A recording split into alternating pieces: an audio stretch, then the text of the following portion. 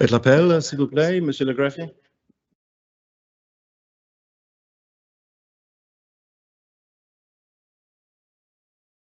Monsieur le Sénateur Gauss, Présent. Monsieur le Sénateur Farnham, Madame la Sénateur Ferguson, Présente.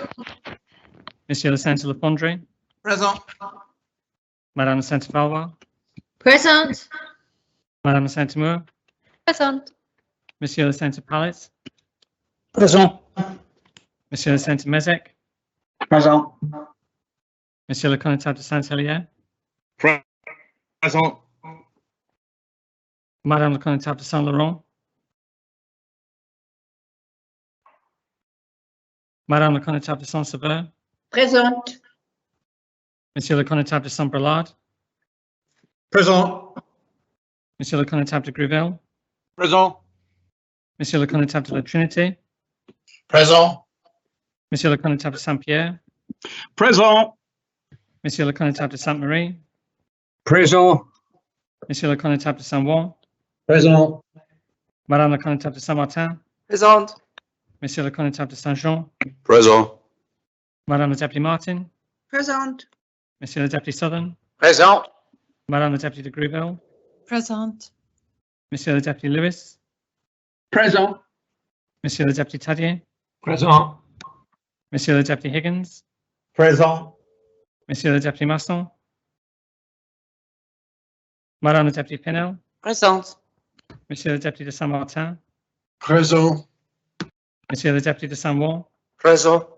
Madame le Deputy Dublé, Présente. Monsieur le Deputy Labby, Présent. Monsieur le Deputy Wickenden, Présent. Monsieur le Deputy de Sainte-Marie, Présent. Monsieur le Deputy Truscott, Présent. Monsieur le Deputy Young, Présent. Monsieur le Deputy Ash, Présent. Monsieur le Deputy Morel, Présent. Monsieur le Deputy Guida, Présent. Monsieur le Deputy de Saint-Pierre, Présent. Monsieur le Deputy de la Trinité, Présent. Monsieur le Deputy de Saint-Jean, Présent. Madame le Deputy Lahegre, Présente. Monsieur le Deputy Aye,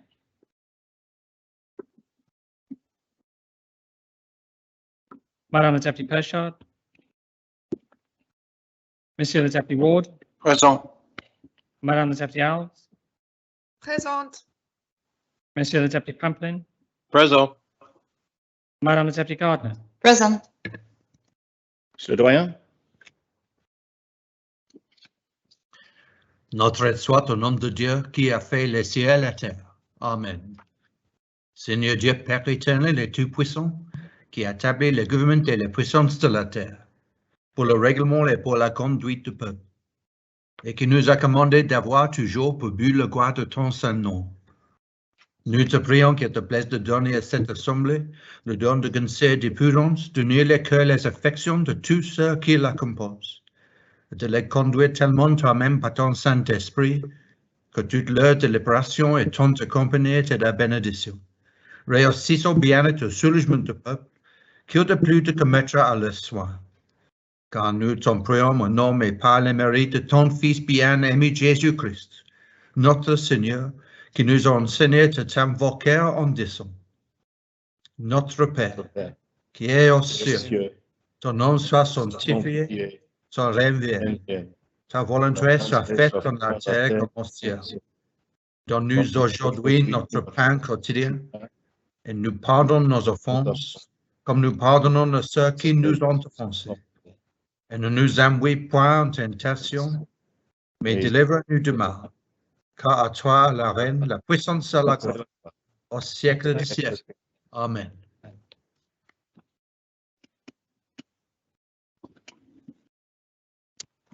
Monsieur le Sénateur Farnham,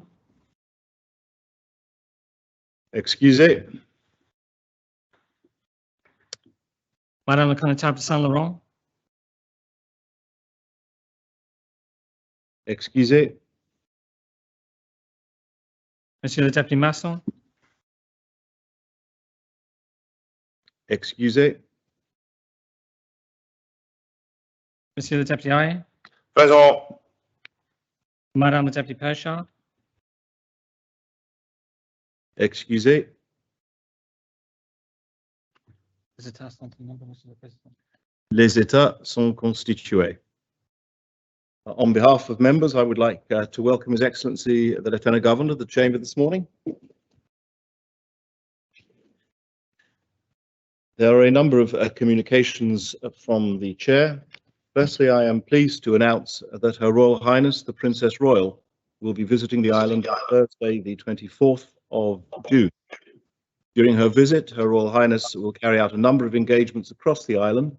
Those will include officially opening Les Quennevets Secondary School, officially opening the new Strive facility in St. Peter, attending a church service at St. Saviour's Parish Church to commemorate the lives of veterans from the Peninsular War and Battle of Waterloo, buried in St. Saviour's Churchyard, presenting volunteer reserve service medals to the Jersey Field Squadron personnel, and having the opportunity to meet families of squadron members at Government House. And as patron, Her Royal Highness will also visit the Biosecure unit within the Reptile House and officially open the Butterfly and Tortoise House at the Durrell Wildlife Conservation Trust. I would also like to inform members that a service of celebration for the life of His late Royal Highness, the Prince Philip, Duke of Edinburgh, will be held on Thursday, the 10th of June at the Town Church. We have agreed to break at 12:15 if we are still sitting, in order to attend the service, which will be at 1 o'clock. This will enable, I hope, members who are sitting virtually to attend in person where it's practical for them to do so. The service is likely to conclude by 1:45, and that will allow for a 2:30 return to State's business if, as I've said, we are still sitting. The service will be live streamed for anyone who wishes to watch the service, and limited seating will be available to the public who may wish to attend. Now, members will have noted that since we met last, we have sadly lost one former member and one current member of the Assembly. Frederick Cohen, known to all as Freddie, passed away on the 12th of May. Mr. Cohen was a senator in this Assembly from 2005 until 2011, having previously served at St. John as a constable's officer, centenier and rates assessor. He was also a former president of the Jersey Jewish Congregation, a trustee of the Jersey Community Relations Trust, and a member of the Jersey Holocaust Memorial Day Committee. Amongst his published books, he wrote The Ultimate Sacrifice, which is a study of islanders who perished following deportation from the island during the occupation. He was elected as senator on the 5th of December 2005, coming third in that election with 13,704 votes. He was appointed Minister for Planning and Environment from the 8th of December that year. During his tenure as Minister for Planning and Environment, he was responsible for the introduction of the Percentage for Art policy, whereby developers had to include some form of artwork which would benefit the community within their development. He was also responsible for the introduction of the Eco-Active Environmental Awareness Campaign and the Renewable Energy Commission. Famed for his support of world-renowned architects and his ambition for the island to have iconic buildings, he will be remembered for encouraging local architects to design more in the Jersey vernacular. Mr. Cohen successfully brought forward a North of Town master plan, which provided a framework for the redevelopment and regeneration of St. Helier. He successfully steered through the new island plan in June 2011, which was a mammoth task, which saw the longest ever debate in this chamber on a single proposition, taking some 6.5 days and lasting for 39 hours and 55 minutes. 58 separate amendments to the plan were lodged for debate and 15 further amendments to those amendments. In July 2011, he resigned from his planning role in order to concentrate on his position as Assistant Chief Minister responsible for Foreign Affairs, a newly created post at that time, to which he'd been appointed from the 14th of January 2011, and that was a forerunner of the Office of Minister for External Relations and Financial Services, which we have today. During this time in that role, he visited India and China and signed tax information exchange agreements with those countries and others, and helped to forge a stronger identity for the island in London. In 2011, Mr. Cohen stood again for election, but with just 4 senatorial seats available, he was unsuccessful, and his later years were sadly seriously impacted by ill health. Our thoughts and our very best wishes go out to his family. Len Norman was first elected as Deputy of St Clement on the 21st of June 1983 and was re-elected a further 3 times to that role until he stood as Senator in December of 1996.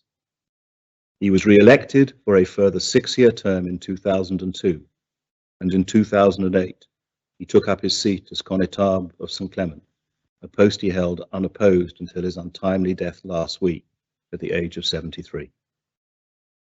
Connétable Norman was a proud Jerseyman who was educated locally at Beaulieu at primary level and then at De La Salle College.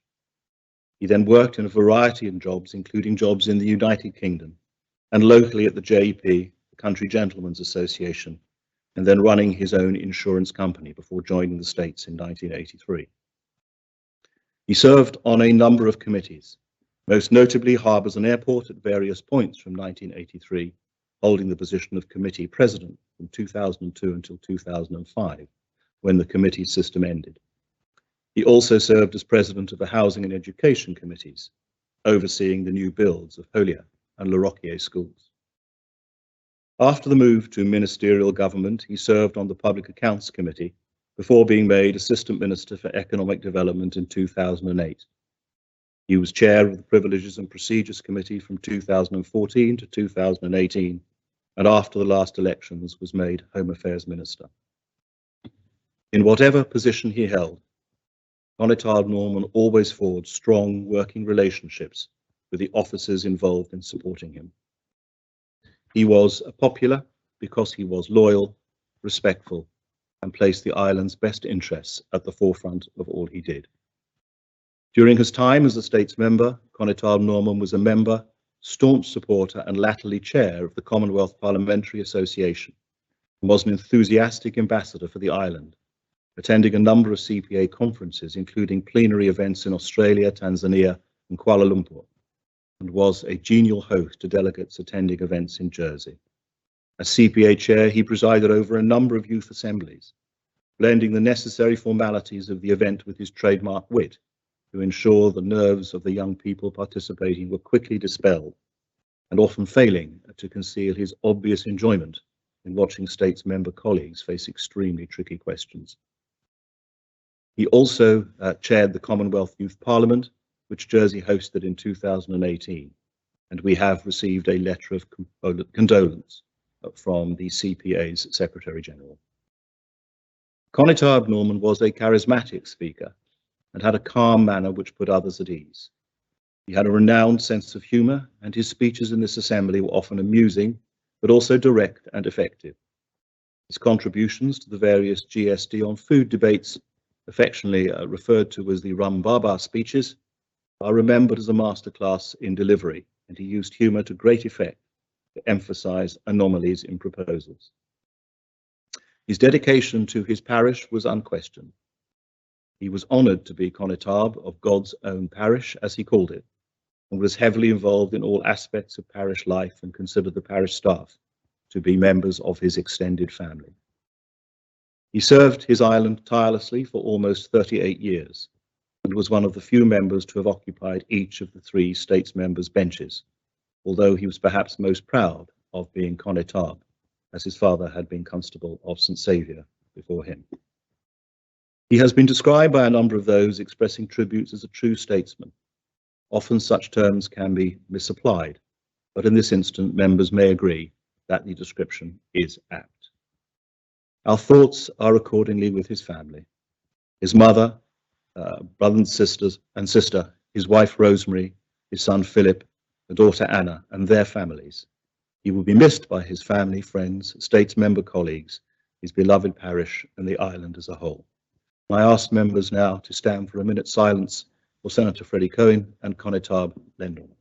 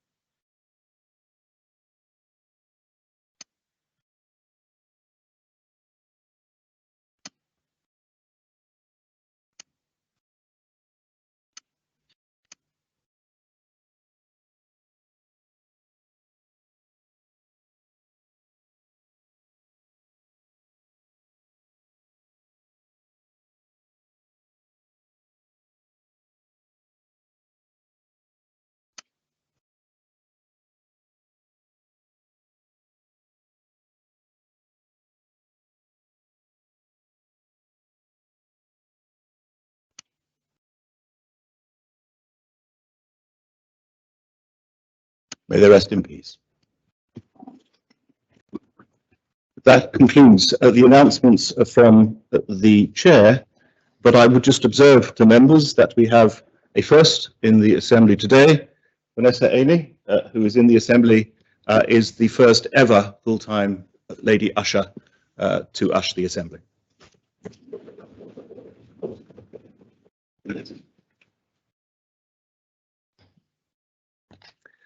Very well, there are a number of subordinate enactments under B. A number of matters have been presented or laid as described in the consolidated order paper under section C. The following matters have been lodged under section D. Draft Proceeds of Crime Amendment of Law Number 2 Jersey Regulations lodged by the Minister for External Relations, P45. Draft Income Support Amendment Number 21 Jersey Regulations, P46, lodged by the Minister for Social Security. Draft Taxation, Partnerships, Economic Substance, Jersey Law, lodged by the Minister for External Relations, P47. Draft Proceeds of Crime Amendment Number 4 Jersey Law, lodged by the Minister for External Relations, P48. Draft Proceeds of Crime Supervisory Bodies Amendment Jersey Law, P49, lodged by the same Minister. Draft Proceeds of Crime Miscellaneous Amendments Number 2 Jersey Regulations, P50, lodged by the same Minister.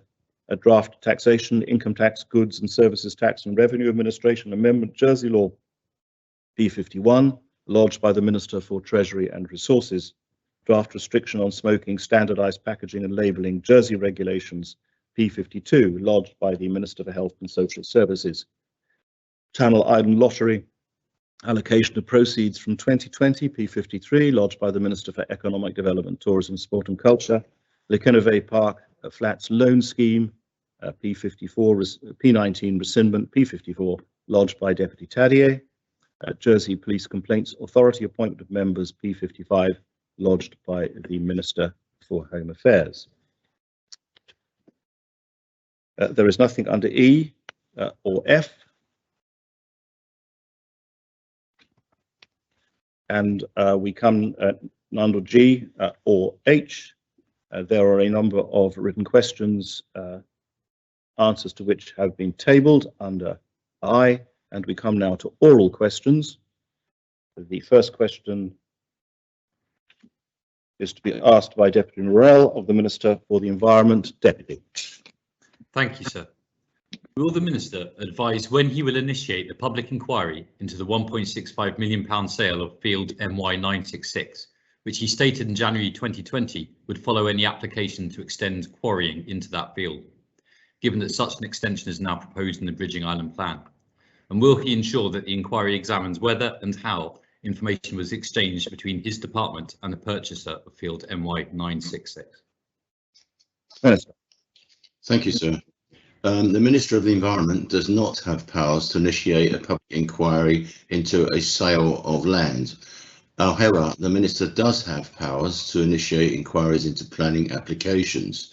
And for that to happen, the Minister must be satisfied that the development, were it to be carried out, would either have a significant effect on the interests of a substantial proportion of the public or be a substantial departure from the current island plan.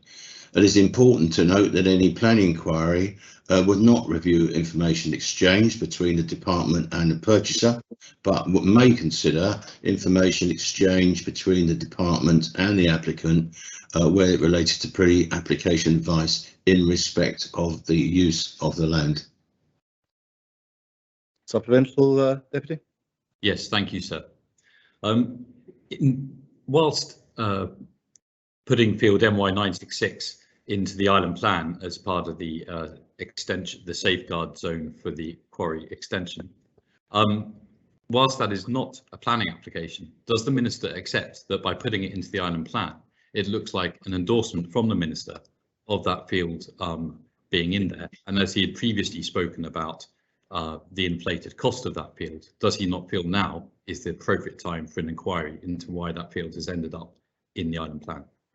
So I think, so thank you. I think my role is to ensure that the planning process is open and transparent, and the process for the proposed zoning of that field will be subject to the planning inquiry into the actual draft plan. And of course, eventually, the decision on the use of that field will be the states when the states debate that. And of course, the evidence base for its inclusion was set out in the Mineral Waste and Water Study, which was produced by Arup and published in December 20, and that is the source of that work. And of course, it would be ultimately for the states to decide. So I don't think there's any question of endorsement. What one purchaser and a vendor agree between themselves, I think, is essentially a private matter and doesn't fall within the scope of planning law to inquire into it. Senator Moore? Thank you, sir. Look, given the lack of consultation with local residents and the prior information circulated to members that the site was destined for either a reservoir or a waste fill site, would the Minister agree that a separate inquiry would be most useful to encourage members or to give both members and members of the public a greater assurance as to the decision making around this site? Minister. Well, so I think the decision making on its use, I think that the public inquiry is already there on the draft plan to be able to do that. And all of the evidence that was presented from all the different sources, they're all set out in the mineral strategy. It's an 80-odd page report that's been published for 5 or 6 months. I would suggest members do read that, because that sets out their conflicting arguments. The case of water needs, the case of mineral extraction, the case of being able to provide for our construction industry. Now, in the end, the recommendation was put forward in that report, and that's in the draft plan. The inspector will go into that, and if the evidence doesn't stack up, then it won't happen. It will be a decision for the states. Supplemental there, Thank you. Deputy St Martin. Thank you, sir. My question follows on from Senator Moore. Given the importance of water in the coming decades, Minister, could I ask the Minister why he didn't actually propose in his draft island plan that Le Gigolin Quarry be used as a water storage facility? Because I think Arup's work, that again, I refer to the same document, which is a vital piece of evidence, which I have relied on, and I think it's reasonable to do so, pointed out that the Jersey Water do have other alternative options, and that is also, they're listed in the document, but it's accepted. There's a choice here. I think the issue that has also come in new is whether or not we have enough information to be able to make the decision at the present time. I think that is a valid question. I think the process for answering that is for the inspector and then the states after that. Supplemental, Deputy? Thank you, sir. Well, does the Environment Minister intend to ask the inspector to make all the decisions, sir? I will, absolutely not. I mean, look, this is a very, very comprehensive plan, and I think it has to be evidence-based. And at the moment, what we've done, and we've had to vary the process, as the Deputy well knows, and lodge the plan earlier than normal and depart from the normal procedure. So therefore, if you like, some people are getting the impression that consultation is more rushed. I don't believe it is. But nonetheless, it will be my decision. And if the inspector says that, makes recommendations, I'm going to listen seriously to them. I'm not going to discount them. Well, Senator Pallett. Thank you, sir. I wonder if the Minister could advise members whether he or any of his officers have given advice either to the previous owner of this field or to the new owner of the field. So I think that is a good question. And as I said, I think I can advise members that if one reads the mineral strategy, which I did look through it last night to see whether this was covered, on page 19 it shows there was consultation between Arup and representatives from Granite Products Limited in February 20, followed by written responses to their questions. I haven't seen those letters, and I've asked for them to be produced, sir. But there's no doubt about it that I think there will have been some planning advice somewhere. At the moment, I don't have those details, but I will make them available at a later date when I receive them. Supplementary, Senator? Yes, sir. I think that advice is extremely important to get some clarity around why this purchase has taken place and the advice that was given. Would the Minister provide that advice to States members once he's had a chance to review it? Yes, sir. I do think my role is to make sure the planning process is open and transparent. I would just point out that it's certainly not unusual. In fact, it's a normal part of the planning system that there is a procedure there for people to seek advice. But of course, that advice is always given without any commitment, because as the Senator knows. Afraid you've frozen, Deputy Young.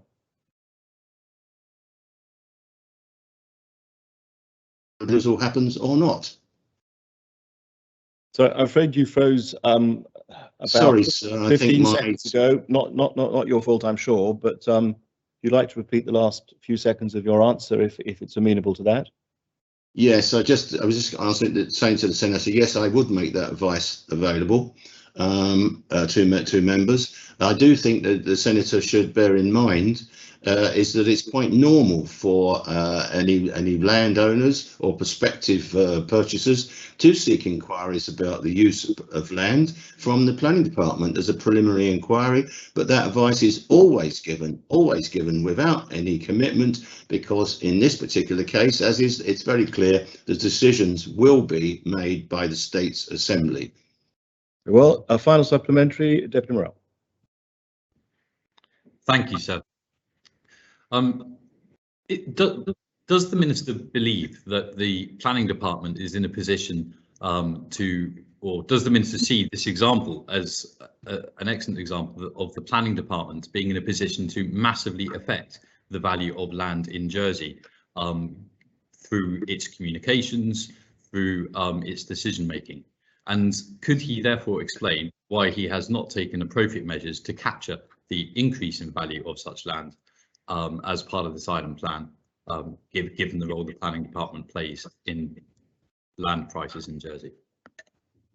So I think, thanks, sir. Look, I think the Deputy, and I'm sure every member of the Assembly will know, that the value of land is generally, nearly always, strongly dependent on the use that you can put it to. And the planning process is there to have an open and transparent process as how we go about these decisions. I do accept that pre-application advice is a sensitive area, and that's why I've said I will publish that information. But I do believe it is important for example, housing. If we prevented people getting advice, that would be a bad thing to do. But it does need to be accessible, where in the cases like this, and I've agreed to publish it. About tax, absolutely, I agree. I've been arguing for this for a long time. It's a long time to take a share of the gain in value into the public purse for public purposes, but that I failed. Previous members have failed in that, and there are proposals in the draft plan to have another go at that in a different form, sir. Very much. We come to question 2 that Senator Pallett will ask the Minister for Health and Social Services. Senator. Thank you, sir. Will the Minister advise whether he has received a request from a new local charity focused on mental health for funding for 2 full-time staff? And if so, whether he has formally responded? And if he has not yet responded to such a request, will he explain why? Yes, Minister. Sir, my Assistant Minister, the Deputy of St John, will respond to this question. Very well. So, there to date has been no formal request to the Government of Jersey for the funding of 2 full-time staff for the new charity Focus on Mental Health. We are in dialogue with the new charity and the 2 staff members regarding the services provided. We understand that there are sustainable funding challenges for this newly established organisation. Supplementary, supplemental question, Senator Pallett. Yes, sir. As much as I can understand, there are funding challenges, I think, with any service within health, especially any new service. There is a dire need for this service, and I've spoken to a senior clinician within adult mental health services. What is the time frame for the Assistant Minister to enter into dialogue with this charity? It's a service that's in dire need. Will he confirm to members that he will do or engage with this charity at the earliest possible opportunity? I thank the Senator for that question. In fact, in my initial reply, I do mention the fact that we are in dialogue with this new charity. We have spoken to the original charitable funders. We are speaking to the staff, and we do hope to find suitable resolution to the difficulties that they're experiencing. Thank you, sir. Very much. Very well, we come now to question 3 that Senator Ferguson will ask of the same minister. Senator. Thank you, sir. Will the minister explain whether any consideration was given to offering the staff at Montalabé School and early COVID-19 vaccinations at the same time as carers in residential homes, and if not, why? Minister. So the request to vaccinate the staff at Montalabé School as an occupational group was reconsidered by the Independent Vaccination Panel on the 19th of May this year. The panel, having reviewed the submission made by Senator Ferguson, concluded that there was no evidence that the occupational group set out at the time of the submission had higher rates of mortality than the age-based priority groups, had a higher risk of acquiring infection or risk of developing serious disease. Thank you, sir. Supplemental, Senator? Yes, sir. From my understanding of the work that is done at Montalabé School, I understand that the teachers are more akin to care workers than actually straightforward teachers. And, you know, to be treated like this, I think, is not good enough. Will the minister actually look into this properly and just come back to the House, this Assembly, with a proper evaluation of the setup? Thank you, sir. Minister. So all the circumstances surrounding this occupational group and their needs were fully evaluated and considered by the Independent Vaccination Panel, which is comprised by the acting medical officer, the chief pharmacist, the chair of primary care, the associate medical director, and the chief executive officer for the Citizens Advice Bureau. People with sufficient expertise to be able to make a proper assessment of the needs of that group. And as I said, sir, it was not considered that their needs trumped the priorities set out for the vaccination programme, which had been identified by the UK's Joint Committee on Vaccination and Immunisation, and whose advice we are largely following. Thank you, sir. Much, Minister. Deputy Ward. Thank you, sir. May I ask the Minister, does he know whether anybody who made the decision visited Montalabé, had any sort of interaction with the staff or the head teacher of Montalabé in order to increase their understanding of the day-to-day work and the proximity that staff have with the pupils at that school consistently? Thank you, sir. I don't know that, sir, but neither do I not know whether that invitation was extended to any of the members of the panel. Supplementary, sir? Supplementary, yes, Deputy. So surely would the Minister not agree that an invitation not extended, it should have been acted on by the Council undertaking this decision-making process, or indeed the Minister himself visiting Montalabé in order to understand the specificity of their work would have been a really sensible way to move forward on this issue. Minister. So I believe with the calibre of persons we have on the panel and the advice that we are following in close alignment with the JCVI, that all pertinent facts were before the panel or could have been put before the panel by those making the submission on behalf of this occupational group. And I have no reason to believe that the panel erred. Thank you, sir. Final supplementary, Senator Ferguson. Thank you, sir. Given the fact that these are particularly the pupils at Montalabé are not normal school pupils, and there will be many occasions where it is not possible to have social distancing or wearing masks or anything like that.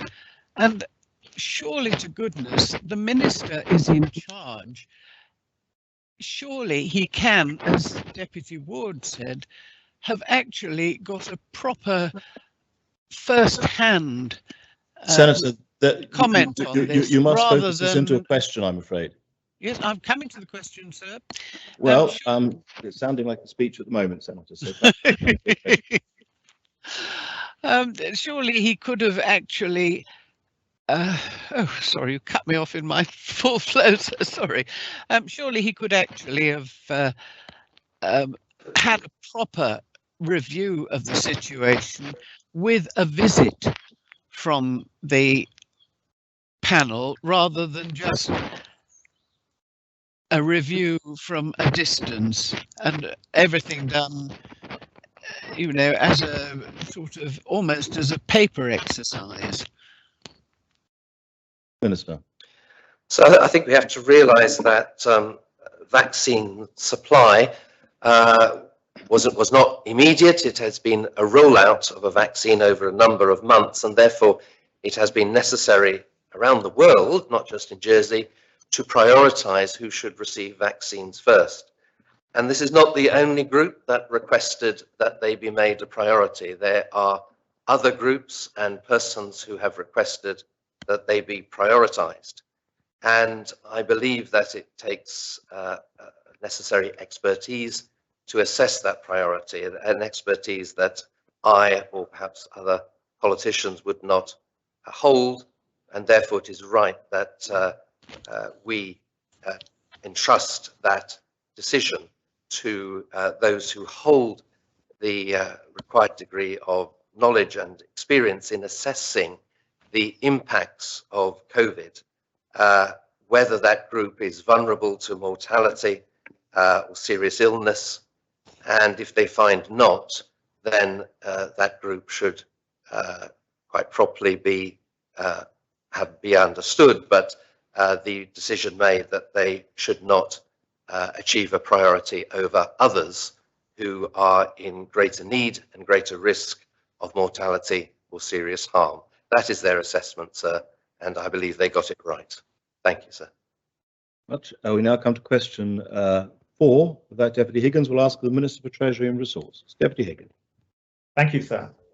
Will the Minister advise members what action, if any, he or her department is taking with Her Majesty's Revenue and Customs and international online trading companies such as eBay and Amazon in order for Jersey to achieve recognition as a tax jurisdiction in its own right and thereby prevent the charging of VAT or equivalent import duties on goods coming into the island?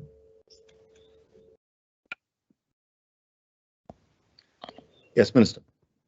Thank you, sir. It is for the UK to set the rules for taxes administered by Revenue and Customs, including VAT. Nonetheless, Revenue Jersey and Jersey Customs have carried out research to establish what charges are made by offshore retailers on the importation of personal goods to Jersey. An examination of the top 10 offshore retailers by volume indicated only one of them charges VAT, and this retailer refunds it on request. Customers are therefore normally able to ensure that they do not pay this charge. The findings of our research work have been discussed with the Jersey Consumer Council. Of course, customs duties are a separate issue, but since the Customs Union was recently concluded with the UK, import duty will not arise on goods imported from that country. In addition to this work, I'm also considering measures to require the largest offshore retailers to register and account directly for GST. This will further reduce the risk of VAT being charged incorrectly. Thank you, sir. Right, supplementary question, Deputy Higgins? Yes, thank you, sir. I'd like to thank the Minister for her answer, and I'd like to actually speak with her regarding the detail. However, it is common practice at the present time for organisations such as Amazon and eBay to charge Jersey residents VAT because we're not designated as a separate jurisdiction from a tax point of view. Guernsey is, we're not. And as a result of this, people are being ripped off. So I'll ask the Minister again, has she had any contact with Amazon or eBay to try to stop them charging the equivalent of VAT? And by the way, when they're challenged, they say it's an import duty and just switch the 20% to that. So will she speak with them, or has she spoken with them, and to deal with this abuse? Thank you, sir. Minister. Thank you, sir. The Deputy refers to quite a considerable amount of people. It is not as common for offshore retailers to be charging VAT as one suspects. And in answer to the second part of his question, yes, the comptroller's already had very successful negotiations with certainly Amazon and several others to move forward with these large offshore retailers charging the tax at their end at the point of departure, and then returning that tax, the GST, of course, to the Exchequer in Jersey. Thank you. Deputy Taddier. Thank you, sir. The question to the Minister is, and I would disagree incidentally, that it's very common for VAT to be charged and not always easy for it to be refunded. Is it the case currently that when a product is imported and VAT has been charged on that GST will be added on top of the full price, which includes the VAT? And does the Minister think that's fair? If so. Minister. Thank you, sir. No, of course it's not fair. We understand that, which is why we're making moves to deal with directly with the offshore retailers so that this doesn't happen. But as I said in my opening remarks, there's only one offshore retailer out of the 10 that import to Jersey who does tend to charge VAT, and they can refund it. It is refundable. Thank you. Supplemental, Deputy? I do, sir. I think that we're at risk of talking at cross purposes, because I think the problem is whoever sells the item, it can be different from the intermediary like Amazon that dispatches it. And I think it's certainly not just one retailer who charges VAT to people, sir. But the question is, if somebody has been charged VAT on an item and they're required to pay the GST to pick that item up, and they, irrespective of whether they can or can't reclaim the VAT off the retailer, is there a mechanism, and will the Minister make sure there's a mechanism to reclaim the GST that has been paid on the VAT in order to avoid double taxation? Yes, this is exactly what we're trying to do at the moment with all the negotiations that are going on. But some companies, and I won't mention them by name because it's not appropriate, charge the same wherever they market. So whether they're marketing in the UK, France, or in Jersey, they charge the same prices. Well, I have Senator Ferguson, then final supplementary. Senator Ferguson. Thank you, sir. Can the Minister confirm that we have signed agreements with people like Amazon to deduct the VAT on the retail price from England and to withhold the GST on goods being sold into Jersey? You know, is this actually signed and sealed You know, are we talking something, or is it still being discussed? Minister. Thank you, sir. Yes, as I said earlier, it's still being discussed. And of course, there was a certain anticipation in this, in as much as when Australia, I know it's not necessarily comparable, but went into discussions with Amazon about this, Amazon then refused to deliver to Australia. So it has been very delicate negotiations, but as I mentioned earlier, they are going very well, and Amazon in particular seem to be very on side with collecting the GST at the point of exit from whichever country they're exiting. And supplementary, sir. Yes.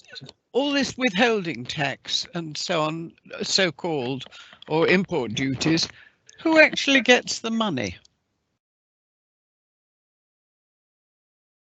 Well, it's linked, as I also said in my opening remarks, with the UK, who decides the charges, and then the Treasury will receive eventually some of the import duty money. Final supplementary, Deputy Higgins. Yes, thank you, sir. Because of the complexity of this, and to give an example, in the case of one of these companies, when they were challenged about the VAT, simply added 20% as an import duty. But that money didn't go to Jersey, it's just gone in their coffers. So will the minister publish online Jersey, the current position and what they're trying to achieve, so all members of the public can understand what the current situation is and what the government are trying to achieve? Thank you. Yes, sir, we can explain the current situation online, but obviously we can't go into detail about the current negotiations until such time, as Senator Ferguson referred to, that they're signed, sealed and delivered. Thank you. Well, we come to question 5 that Senator Mezek will ask of the Chair of the State's Employment Board. Senator. Thank you, sir. What consideration, if any, has been given to enabling the appointment of the next Chief Executive Officer of the Government of Jersey to take place after the next general election and subsequent appointment of a Chief Minister to ensure that the post holder will be aligned to the incoming government's political priorities? Yeah.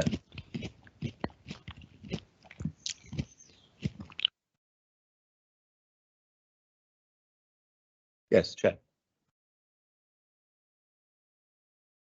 Going to absent one, are you taking this question? No, I wasn't aware I was. Who's answering this then? I believe the Chief Minister's answering it, sir. Very well. Chief Minister? Yes, sir. Yeah, sir. Chief Minister? Sorry, sir, I was just turning off the volume. Sir, the SEB considered the timetable for recruitment of both the permanent and interim chief executive in December 2020, once the departure of the then chief executive was announced. SEB considered it important to bring certainty and stability to the organisation by having the new permanent chief executive in place as soon as was practically possible without compromising the quality of the process. And I think, sir, the most important part of this answer then, sir, is the fact that the role of the chief executive is not a political one, and therefore our intention is to appoint a chief executive that will provide the leadership and deliver the council ministers, whatever the result of the election, sir. Thank you. Supplemental, Senator? Thank you, sir. Of course, it's not a political role, but the head of the government is a political role and will have political priorities that they will want a chief executive to pursue. And if there's a new incoming chief minister, they won't have had a role in choosing who that person will be. Does the chief minister not consider that to be democratically problematic? So I think the risk that the centre is coming to is essentially politicising the role of the chief executive. Any chief executive should be perfectly capable, sir, of fulfilling the wishes of the new council ministers and chief ministers, sir, because if done professionally and properly, the role of the civil service should be neutral and should be to carry out the wishes of ministers, sir, and politicians. Deputy Tadier? Thank you, sir. I see the advantages of having a chief executive whose term follows the political term as being a way. There are many advantages, but one of them is surely that you don't have this scenario of golden handshakes where there is some kind of falling out between the chief executive and the government for whatever reason, and that person ends up leaving, as we've seen in the past and yet again, with a big golden handshake, very unsatisfactory, and a great deal of public anger, quite rightly.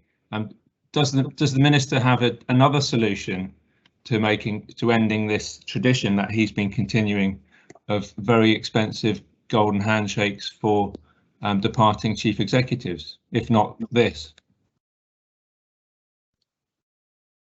Minister, Chief Minister. There were about 3 questions in there. I think I'll deal with the first one, which was around changing the sequence. So in other words, dovetailing a new chief executive with a new council of ministers. I think, sir, the problem there, sir, is the recruitment time that is required. And for example, it's likely that one needs anyone who recruits to a new role. Sorry, sir, I'm getting an echo. Can you hear me properly? We can hear you perfectly well in the chamber, Chief Minister. Thank you, sir. Anybody to recruit to that, sorry, if you're going to recruit somebody to that role, they will probably have to give 6 months notice, sir. There is also the lead-in time to go through that whole recruitment process, particularly if it's wide, and therefore, sir, actually trying to dovetail it to fit with the new council ministers is very, very difficult.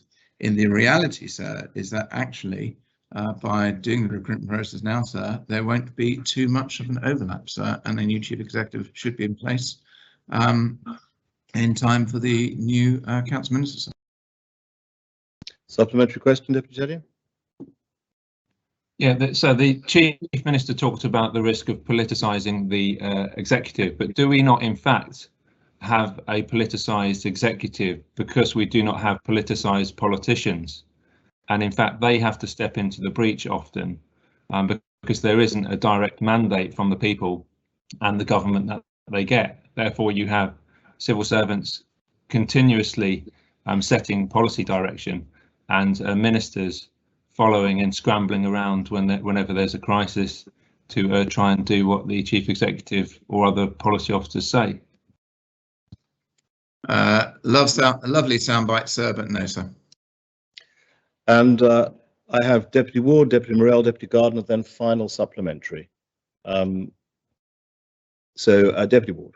Thank you, sir. Can I ask the Chief Minister, rather than it being a political issue regards to the CEO, is it not a practical issue for incoming Chief Minister to have input on the contract of the CEO? So there is clarity on the role and clarity on how one might end the role or external interests of the CEO. Inheriting that, does it not put the Chief Minister in a rather difficult position at times? So I do make the point again that the politicians do not get involved in the contracts, or should not be getting involved in the contracts of employees. It's actually a matter for the States Employment Board, and particularly under delegated authority. Supplementary, sir? Yes, Deputy. Can I ask them what is the role of the political part of the SEB, chaired by the Chief Minister and the Assistant Chief Minister, if not to be understanding and influencing what that contract would look like for the States Assembly, given that the CEO's role is to serve the States Assembly? Sir, the CEO's role is to manage the public sector, sir, but the point I was trying to make, sir, is that the Deputy was referring to the Chief Minister getting involved in the contract for an employee, which would not be appropriate, sir. For the SEB, that will depend under the various roles and responsibilities, but it's certainly not appropriate for the Chief Minister to be doing it as Chief Minister. Deputy Morell. Thank you, sir. Would the Chair of the States Employment Board advise the Assembly as to whether the States Employment Board itself or the recruitment panel charged with interviewing the prospective candidates for the role of Chief Executive, whether either of those two bodies have made any decision with regard to excluding Jersey-based candidates in advance of any recruitment process taking place? So no, there are so the process is live at the present time. So obviously don't want to comment too much on that process. However, sir, Jersey candidates have applied, sir. Well, it's supplementary. Yes, indeed, Deputy. Yes. Has the SEB or the interview panel discussed at all, at any point in this process, the possibility of favouring off-island candidates over on-island candidates? So the whole point is that it is a merit-based approval selection process, sir. So therefore, that would not be appropriate to favour one sector or other, if that's the right way of putting it, over the other. And so, sir, it is very much based on merit, and equally, sir, considerations are taken into account. So there are a whole range of factors are taken into account when making the selection process, but particularly, sir, it's based on merit. It's not in favour of one sector or another, sir. Very well, Deputy Gardner. Thank you, sir. Thank you, sir. CNAG found that States Employment Board is not fit for purpose, and there are several recommendations that needs to be addressed going forward, which will take time. I understand the recruitment process takes time, and as Chief Minister indicated, we do need stability. Would Chief Minister reassure the Assembly that there is enough time to do States Employment Board restructure, to review terms and conditions, and make sure that the new contract will avoid the situation that we found ourselves several months ago?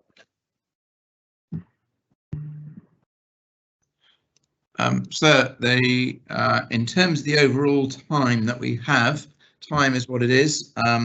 We have had, as we know, all sorts of delays because of COVID, but in terms of seeking to get as much done before the elections as possible, we continue to work on that, sir.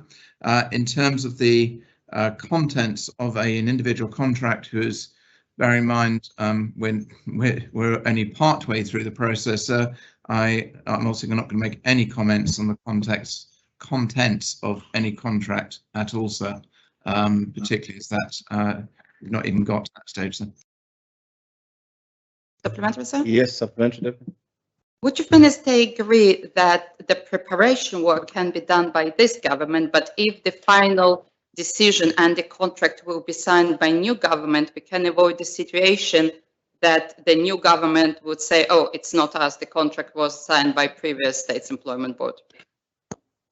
So the intention is to do the recruitment this year, and as I said, because otherwise, to allow for the proper stability of the organisation to carry on, and that is critical, and that was one of the things we spent some time trying to bed down after the events of the last few months. But unfortunately, the suggestion of the deputy is assuming that that is a solution, which I don't think it is, but also requires then the timing, which I don't think would work, sir, at this stage. Well, final supplementary, Senator Messing.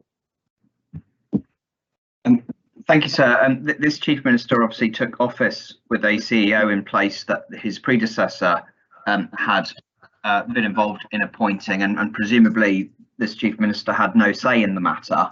Perhaps he could confirm whether that is the case or not.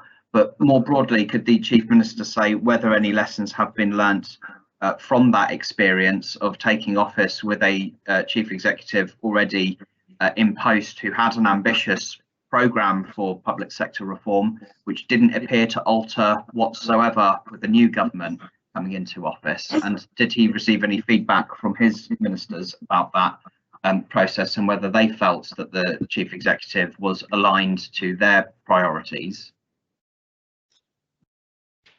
So there's a lot of questions in there. I think the start of it was yes, I did inherit the former CEO, sir.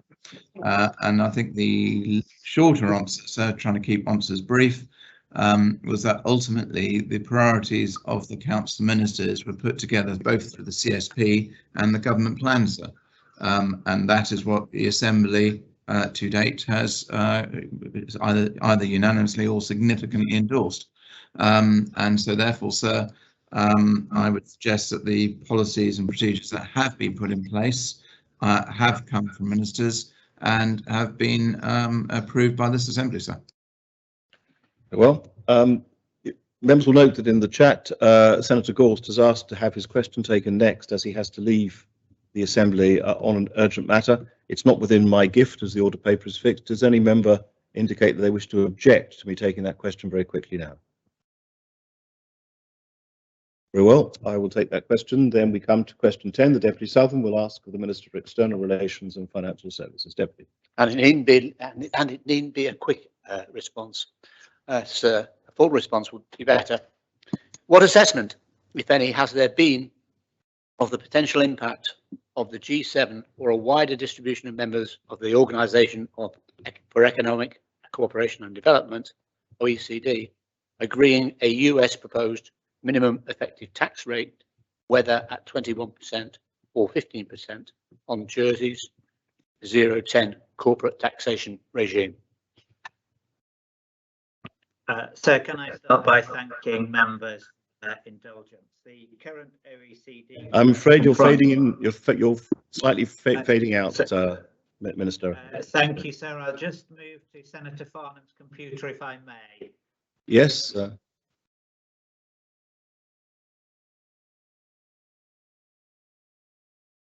No idea how long that will take.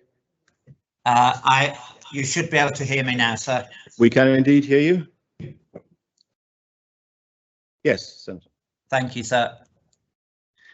The current OECD work comprises two pillars. Pillar 1 deals with the tax challenges arising from digitalisation, and Pillar 2 contains proposals for ensuring that large multinational enterprises pay agreed minimum effective taxation on cross-border profits. These proposals are quite rightly targeted in scope, focusing on the world's largest and most globally mobile companies.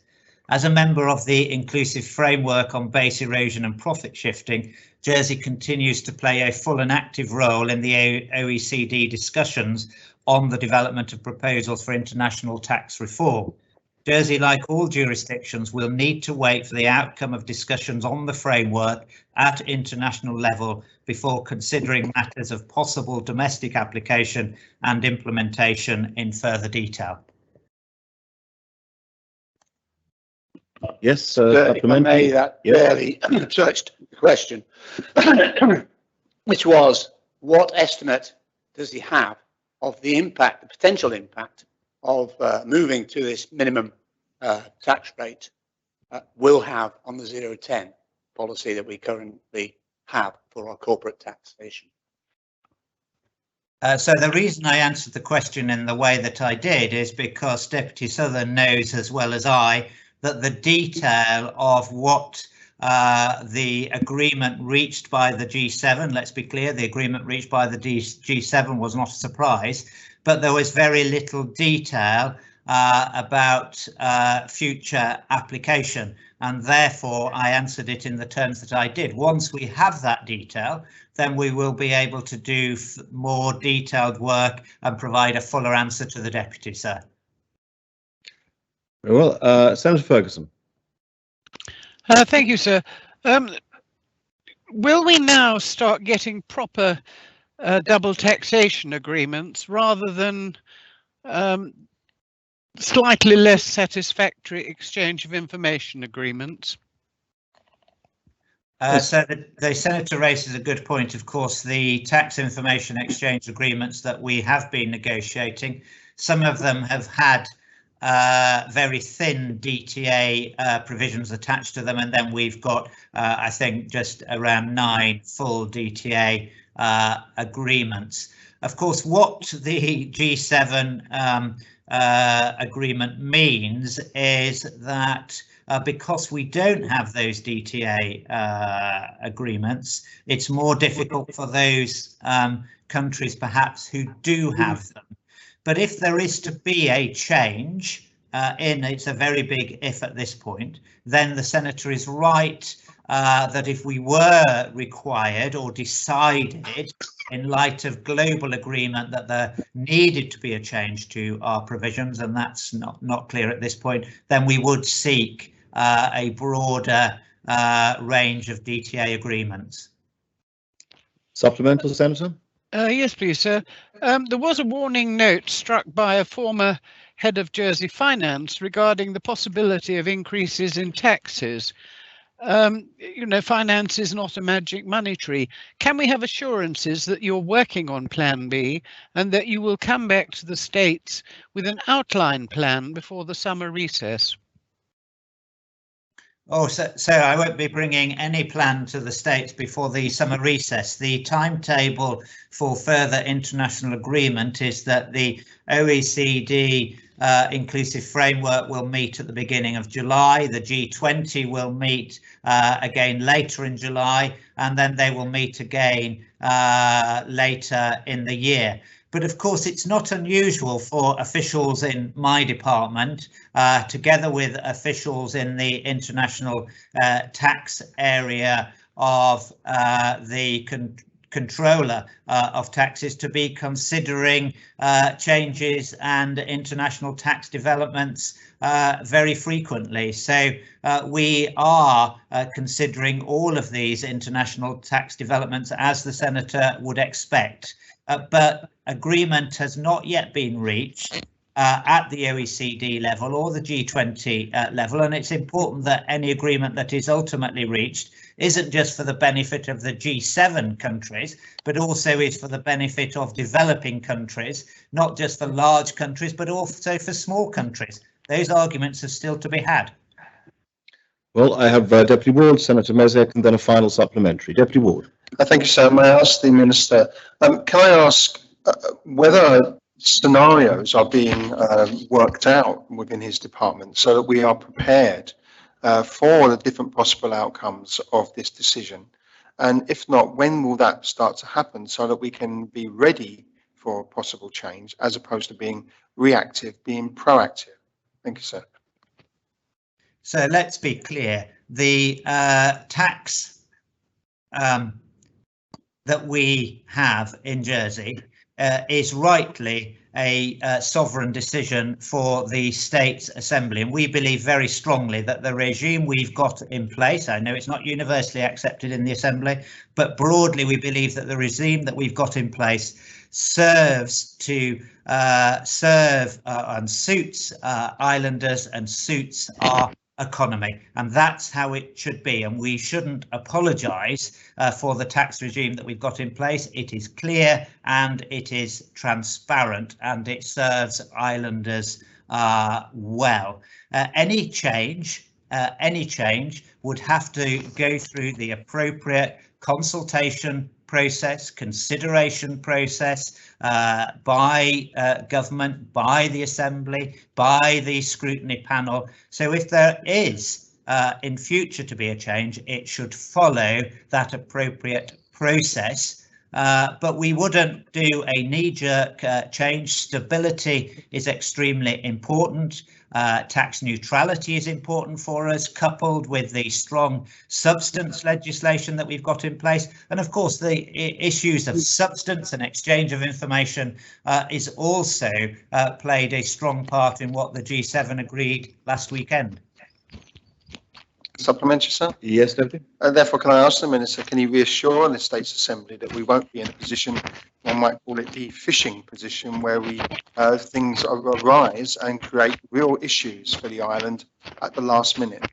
Is he confident that that will not happen in these times? Thank you, sir. Oh yes, I'm very confident of that, and perhaps to refer back to his earlier question, as I said, officials across government are considering international tax matters and potential changes to international tax matters as part of their daily work. As I said, Jersey sits as a member of the inclusive framework and has been party to these considerations for many months and years. Well, I have Senator Mezek, then final supplementary. Senator Mezek. Thank you, sir. The impacts of issues like this are obviously not particularly clear at this point, but could be fundamental. On that basis, will the Minister guarantee to members that when it is more clear what potential changes may be on the horizon, that States members will be properly and fully briefed well in advance of having to make any decisions in the States Assembly? The reason I ask that is because with the pandemic, it feels like those types of briefings are not happening as adequately as they were happening beforehand. So would he guarantee that if any fundamental changes are on the horizon, that we will be informed and fully briefed on them as early as possible and not left to simply be nodded through by the Assembly?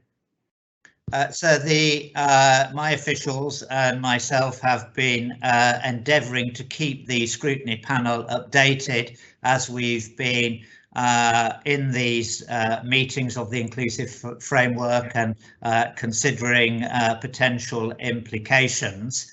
So the Senator doesn't need a guarantee from me. Any changes, and it's still, we still are not at the process of having international agreement yet, but let's make the assumption that there is an international agreement in due course, be it later this year or next year. If Jersey ever wants to change its taxation policy, it has a process to go through, and that is as it should be, and that process is full consultation, full agreement by the States Assembly, full review by the scrutiny panel, and these things of course take time anyway. If there are to be any changes, simply a systems implementation process as well. So the Senator doesn't need my guarantee, sir. Those safeguards are built into our democratic processes. Well, so I'm afraid I do need the guarantee, because it doesn't feel like that has been the case over the last year, as it may well have been previously, and we can blame that on the pandemic, and that's fine. I'm asking that the Minister with responsibility for this area, at the earliest opportunity he's able to do so in such a way where it will be useful, once more detail has come from the G7 or the OECD, that we can at an early point have a full briefing and discussion on that, and at the start of any process that may well lead to further changes, so that we can be as best informed as possible, and not simply have what has happened too often in the last year, where we've been given information on quite serious matters relatively late in the day, which hasn't been adequate. So I'm asking him to guarantee that that won't be the case for something fundamental like this. And yes, we do. So I've outlined the process that would be gone through. Surely the democratic processes of Jersey's Parliament, the States of Jersey, are sufficient, but of course I will continue to keep appraising scrutiny of any developments, and I think what the Senator is asking for is that he would value a broader States members briefing as well, and I can do that in due course. Well, before we come on to the final supplementary, Deputy Morell, Senator Moore, you've indicated that you wish to ask a question, saying that only 3 members. I indicated that final supplementary was coming at the end of Senator Ferguson's question, and again I repeated that at the end of Deputy Ward's. We've already allowed an additional 4 minutes over the limited allocation for this particular question. Members have indicated in the past they wish the opportunity of asking supplemental questions when they ask their first supplemental question, and I'm afraid there's no more time available for this particular question. A final supplementary, Deputy Sutton. Thank you, sir. And in an attempt to get some clarity about what is actually proposed currently, does the minister agree with the following description? A French company declares profits in a subsidiary based in Jersey, where it's subject to a corporation tax of 0%. If Jersey opted not to apply the tax at 15% at all, the French government would then be able to claim a 15% tax top-up against the company's profits. Does the minister accept that that's an accurate measure of what is being proposed now? So the Deputy knows that scenario is based on a myriad of assumptions, and he wouldn't expect me to draw a conclusion from a scenario based on a myriad of assumptions. That the details still need to be agreed by the, as I've said, the OECD and the G20, and we are involved in those discussions. The clarity that the Deputy is seeking will, of course, be available in due course. Sir, if I may, sir. Well, I'm afraid that was He's not answered the question again. The question was, does he agree that that's an accurate description of the situation now, of what is proposed? Not in the future, what is proposed now? So it's not possible, as you well know from your previous experience, for me to answer a question based on so many assumptions. And the Deputy, I'm sure himself, knows that he's had to draw assumptions in order to present the scenario to me, and I won't be drawn in the manner that he's wishing to draw me, sir. Well, we come to question now. We go back to question 6. The Deputy Tadier will ask of the Minister for Housing and Community. Deputy Tadier. Thank you, sir. Will the Minister state how many cases have been brought to court to date under the Residential Tenancy Jersey Law 2011 in which landlords have pursued legal action against tenants, and how many cases involved tenants pursuing legal action against landlords during the same period? Yes. Thank you, sir. Thank you. The question that's now on the order paper and was originally directed to the Attorney General before being redirected to me asks how many cases under the Residential Tenancy Law have been brought to court by private parties. The question was originally submitted asking how many cases have been brought to the Royal Court, and that was changed on Friday. The question asks for information going back to the inception of the law over many years. The information is not held in a format that can easily be searched and would take significant time to collate. I can, however, confirm the following volumes. In 2017, 33 contested cases recorded in tenancy issues. In 2018, 25 contested cases recorded in tenancy issues. In 2019, 51, and in 2020, 0. The statistics available do not differentiate between cases brought by landlord or by tenant. Well, supplementary question. I think was that your answer? Yeah, I thank the Minister for the answer. I'm surprised that he's given it because I was asked this morning to withdraw my question, given saying that the Minister didn't have any information. I think what he's given is a start. So can I ask that he would provide a breakdown and seek further detail? This, after all, is a law which is administered, comes under his departmental remit, and I would have thought it would be of interest to him to know how the relatively new law is settling in, and whether or not, as I believe is the case, that there is an asymmetry in the way that the law is used, which favours very much landlords pursuing action against tenants, but tenants don't have the same power, from my experience, when it comes to the court supporting them in any cases they may have legitimately against their landlords. So would the new Housing Minister undertake, as a matter of urgency, to get these statistics and to look into the workings of that law? Well, yeah, the operation of the courts is outside of my ministerial control quite properly. You know, I'm recently posted and picking up on the administration reporting that was put in place by my predecessors, and as such, you know, I've not received any regular reporting on the activities of private landlords and tenants which result in court action. But I will undertake, actually, to get more information of the kind that the Deputy is seeking. It might be very difficult and take a lot of time, but I will undertake to investigate further. And I do take his point. And I can tell him that very early on in my tenure, I discovered that the Residential Tenancy Jersey Law 2011 is wholly inadequate and full of holes, and I can go through those with him if he wants me to, but I've taken action to have that reviewed, examined, and with a view to giving law drafting instructions to improve that law. Deputy Ward. Thank you, sir. Part of what I was going to ask, it's just been addressed, but I was going to ask the Minister, sir, whether he feels that there is any way of seeing the success on that law in action in terms of its outcomes, and what would be the timescale for reviewing that and bringing a more appropriate, purposeful and successful protection for tenants and landlords under that tenancy law, because it does seem to not be working. Thank you, sir. I think my time frame is by the end of 2021 for a review of the residential tenancy Jersey law. It's happening now. The fact is, it doesn't give adequate breadth of protection to tenants. The definition of tenant needs to be amended to bring more tenancies in scope. For example, a tenant who does not have exclusive use of facilities, bathroom and kitchen, has no protection under the law.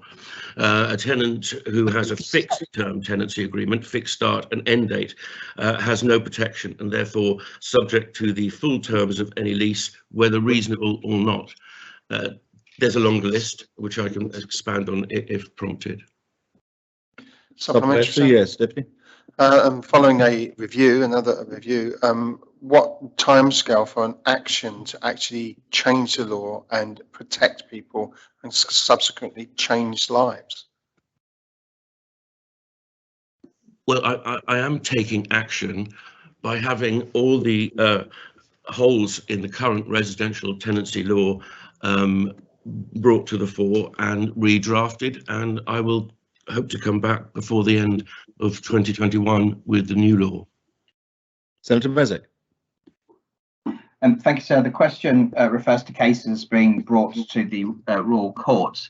Does the Minister think that that is an adequate route for tenants to challenge landlords if they think contracts are being breached? And does he think that a more appropriate dispute resolution pathway would be a better step than full court action, which of course can be something that people without agency or with less power in a contractual relationship will be less keen to go by?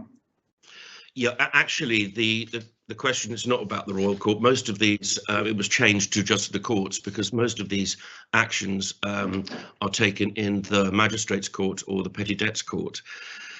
The court-directed guidance on evictions continues to apply, and the government has published this guidance online, which is there to ensure that tenants and landlords know their rights and responsibilities. For example, there is a requirement by landlords to ensure that they have engaged with tenants to try and exhaust all avenues that fall short of eviction prior to approaching the court, and the courts have power to ensure that all evictions are lawful. Supplementary, please, sir. Yes, Senator. Thank you. Does the Minister believe that having some specific body for resolving disputes under the residential tenancy law could be a helpful thing? Perhaps some sort of tribunal system for renters, perhaps even a rent tribunal could be an appropriate way of ensuring that those in residential tenancies have a clear pathway for having those disputes resolved, and one which is accessible to them in a way that courts often aren't. Yeah, I think that the Senator has a good point. Of course, we've launched the Housing Advisory Service.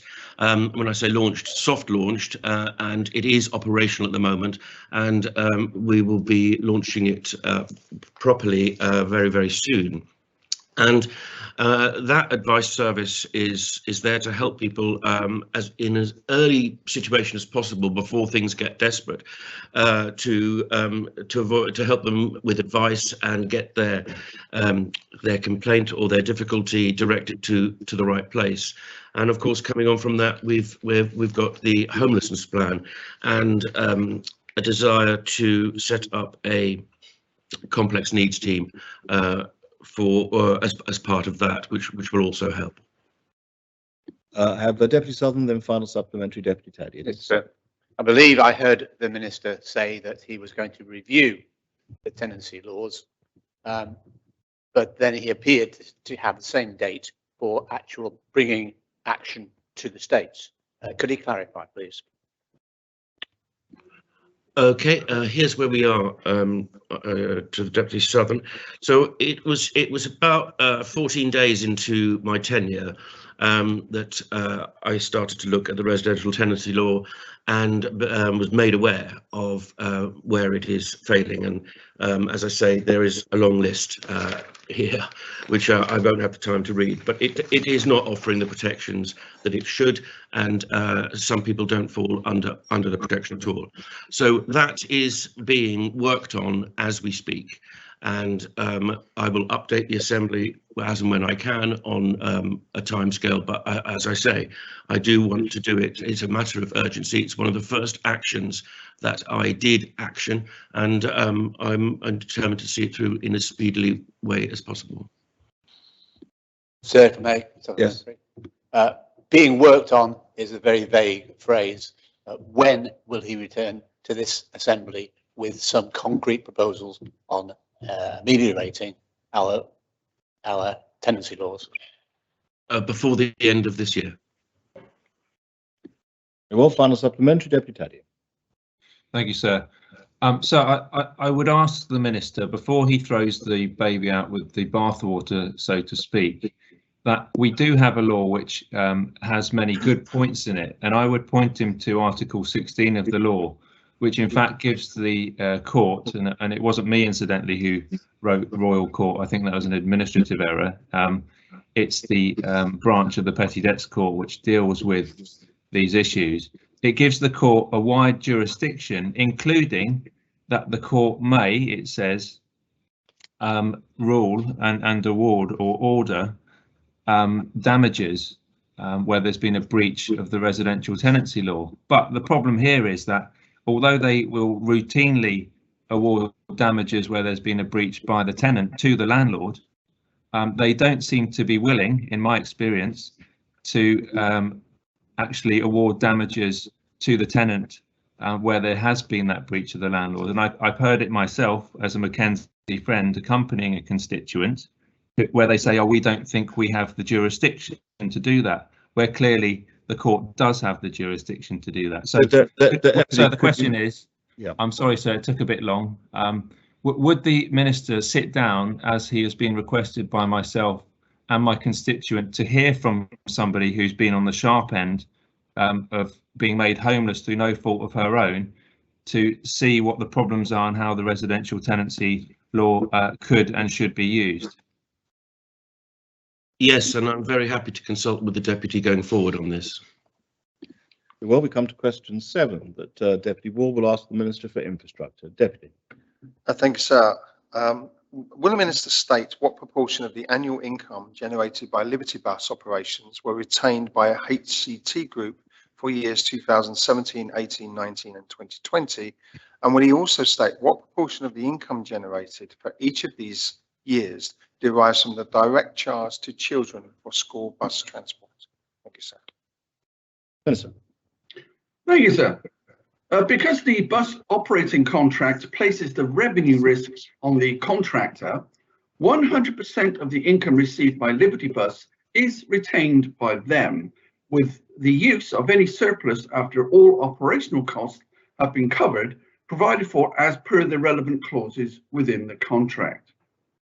The flexibility of the Liberty Bus fare structure now means that the student voucher card prepaid travel pass can be used on any service at any time, rather than being restricted to either the end of school day and only in term time. Therefore, this income is not broken down in sufficient detail to precisely identify the total value of all fares received in respect of the home to school travel. However, the electronic ticket machine system indicates that around 390,000 passenger journeys were recorded on the network of the school bus service during 2019, dropping to under 245,000 during 2020 following the COVID-19 outbreak. More significantly, in 2019, nearly 617,000 child and student tickets were sold on the broader network of public bus services. I understand that a significant portion of this figure relates to term time home to school travel, as opposed to journeys made during evenings, school holidays and at weekends. In 2020, this figure fell to approximately 351,000. Thanks, sir. Supplemental, Deputy? Yes, sir. I wouldn't mind to just ask the question again, but supplementary, sir, is to ask from the first part of that answer, it was that once all costs have been accounted for, any leftover income is, and I didn't quite get the answer to that, is leftover income, including income from the States Assembly, retained by HCT Group centrally in those years? That's the direct question. Does that money leave the island to go to HCT Bus Central Group? So the answer to the question was as per the relevant clauses within the contract, which we've had the managing director over from the parent company to talk to states members and explain exactly how the system works. More than happy to invite him over again, sir, if the deputy has and other members have serious questions. But they are a private company. They are allowed to make profits, but a lot comes back to the state, sir. In fact, they own all of the rolling stock. They pay for all the staff wages, and all the buses are maintained and belong to Liberty Bus, sir. Supplemental, Deputy? Again, so I'm being honest, that was my supplementary. Oh, I beg your pardon. I'm getting entirely That's confused. being noted, sir. Being very generous today, sir. Yes, yes. Well, some may think so, others may not, I think. Deputy Tadeo. Thanks, sir. I learned a lot from my time as an assistant minister at Culture, sir, about how much governance we put around the arm's length organisations when we ask them to provide quarterly updates in order to give them grants. And I did raise concerns about that. And notwithstanding the minister has said that Liberty Bus is a private company, I kind of see a big parallel here in that they're running a service on behalf of the government of Jersey for the public of Jersey, and we're giving them quite large sums of money to do that. Yet it seems to me that the level of governance we require from them to prove that the money is absolutely needed and it's the right level of subsidy isn't being done in this case. So what reassurances can the Minister give to my esteemed colleague and to the rest of us that actually the level of subsidy that Liberty Bus gets is in fact entirely needed, and none of the profits they make are being squirreled away to pay for perhaps less lucrative parts of their businesses elsewhere? Indeed, sir. We do not actually sponsor Liberty Bus. The money we pay to Liberty Bus actually goes to the child and student school transport, which is subsidised. Also, the fare itself has a subsidy in it. Senior citizens travel passes, of which we have 14,553. Disabled persons travel passes 648, and this is primarily what we actually subsidise. But I repeat, if the deputy or states members would like more details or a meeting with Liberty Bus, more than happy to arrange that. Supplemental, Deputy? Yeah, I will have a supplementary, sir. Thank you. I think the point is it's not that states members, it's not up to states members who want more information to have the meeting with Liberty Bus. It should be, we're asking for the minister to make sure that he has got enough information to justify to us that the money is being well spent and that the subsidy is at the correct level. And so I don't think it's right to say that we should all be having meetings directly with them. We want reassurances from this minister. So can the minister give that reassurance to us and find the information that is being asked for without setting up meetings? Indeed, sir. I am very content with the way the bus service is being run. In fact, this bus service is head and shoulders above most others, sir. The National Bus Strategy for England, published by the Department of Transport in March 2021, cites the Jersey Bus operating contract as a model for franchising long-term partnerships between local authorities and public transport operators. So they've had awards to that effect, sir. So I'm more than content. We also have a dedicated officer within infrastructure who liaises directly with Liberty Bus on more or less a daily basis. And obviously we have our own internal accountants who go through all the figures with them. So I'm content that everything is all run properly and above board, sir. Well, I have Constable Brillard, then Deputy Southern, then final supplementary. Constable Brillard. Thank you, sir. The Minister has confirmed that Liberty Bus provide the bus fleet. Would he tell members whether he intends to press them to provide electric buses out of their retained fee income? Thank you, sir. Thanks, sir. Indeed, sir, the electric buses are an aspiration on our part. We would, in the near future, like them to convert to running on biodiesel, RD100 or similar. But most of their bus fleet are actually Mercedes, and I believe they need authorization from the bus manufacturer to run biodiesel, even though it is perfectly safe. We have run quite a few of our own vehicles in infrastructure on biodiesel, from small vans up to heavy trucks, and all this team have reported excellent results, no problems whatsoever. So, but we do need authentication before the bus company can use biodiesel.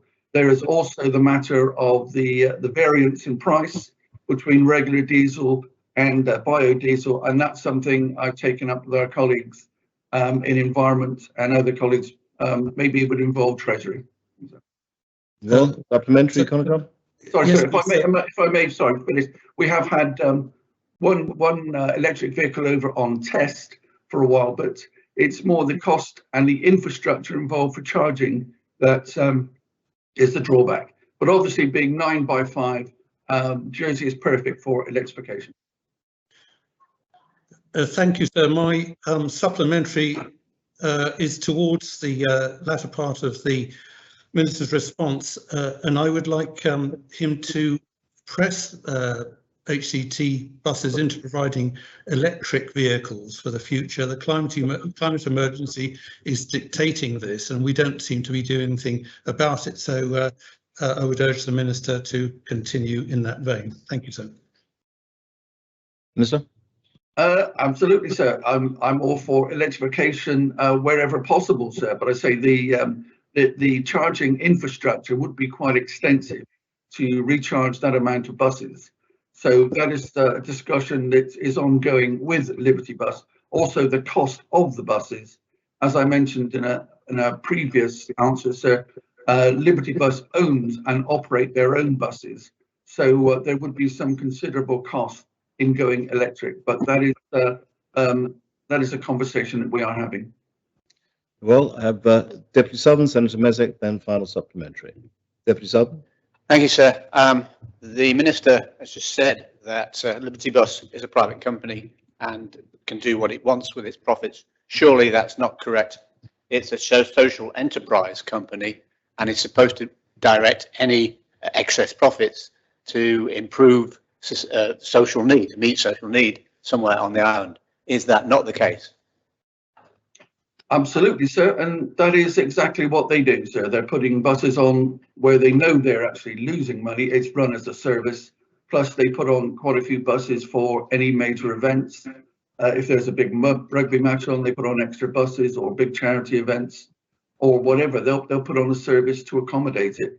And as I say, they were head and shoulders above all other applicants for the position, sir. Supplementary, if I may, sir. Yes.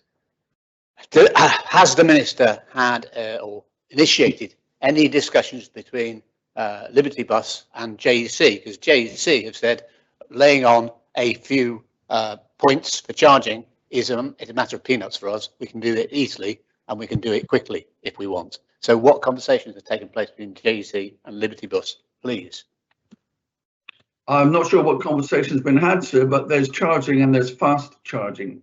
So it's also whether the buses stop at night to plug in and that lasts the whole day, which would be unlikely, or whether there's some kind of battery exchange equipment which has been looked at, whereby the bus will pull in the batteries, to remove new batteries, put in, and away it goes again. But that is quite extensive technology, but that is something that is being looked at, sir.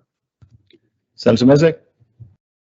Thank you, sir. It's quite obvious that because of the climate emergency and our carbon neutrality aspirations, that some pretty drastic action in our public transport network is required.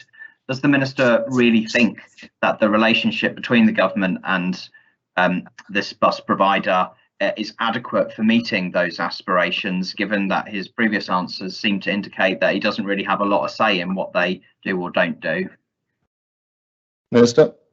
They are an extremely forward-thinking company, sir, more so than any other that we have dealings with. That they respond positively. It was their initiative to bring over the electric bus for trial, not ours. So they are very forward-thinking. They're keeping up the latest technology.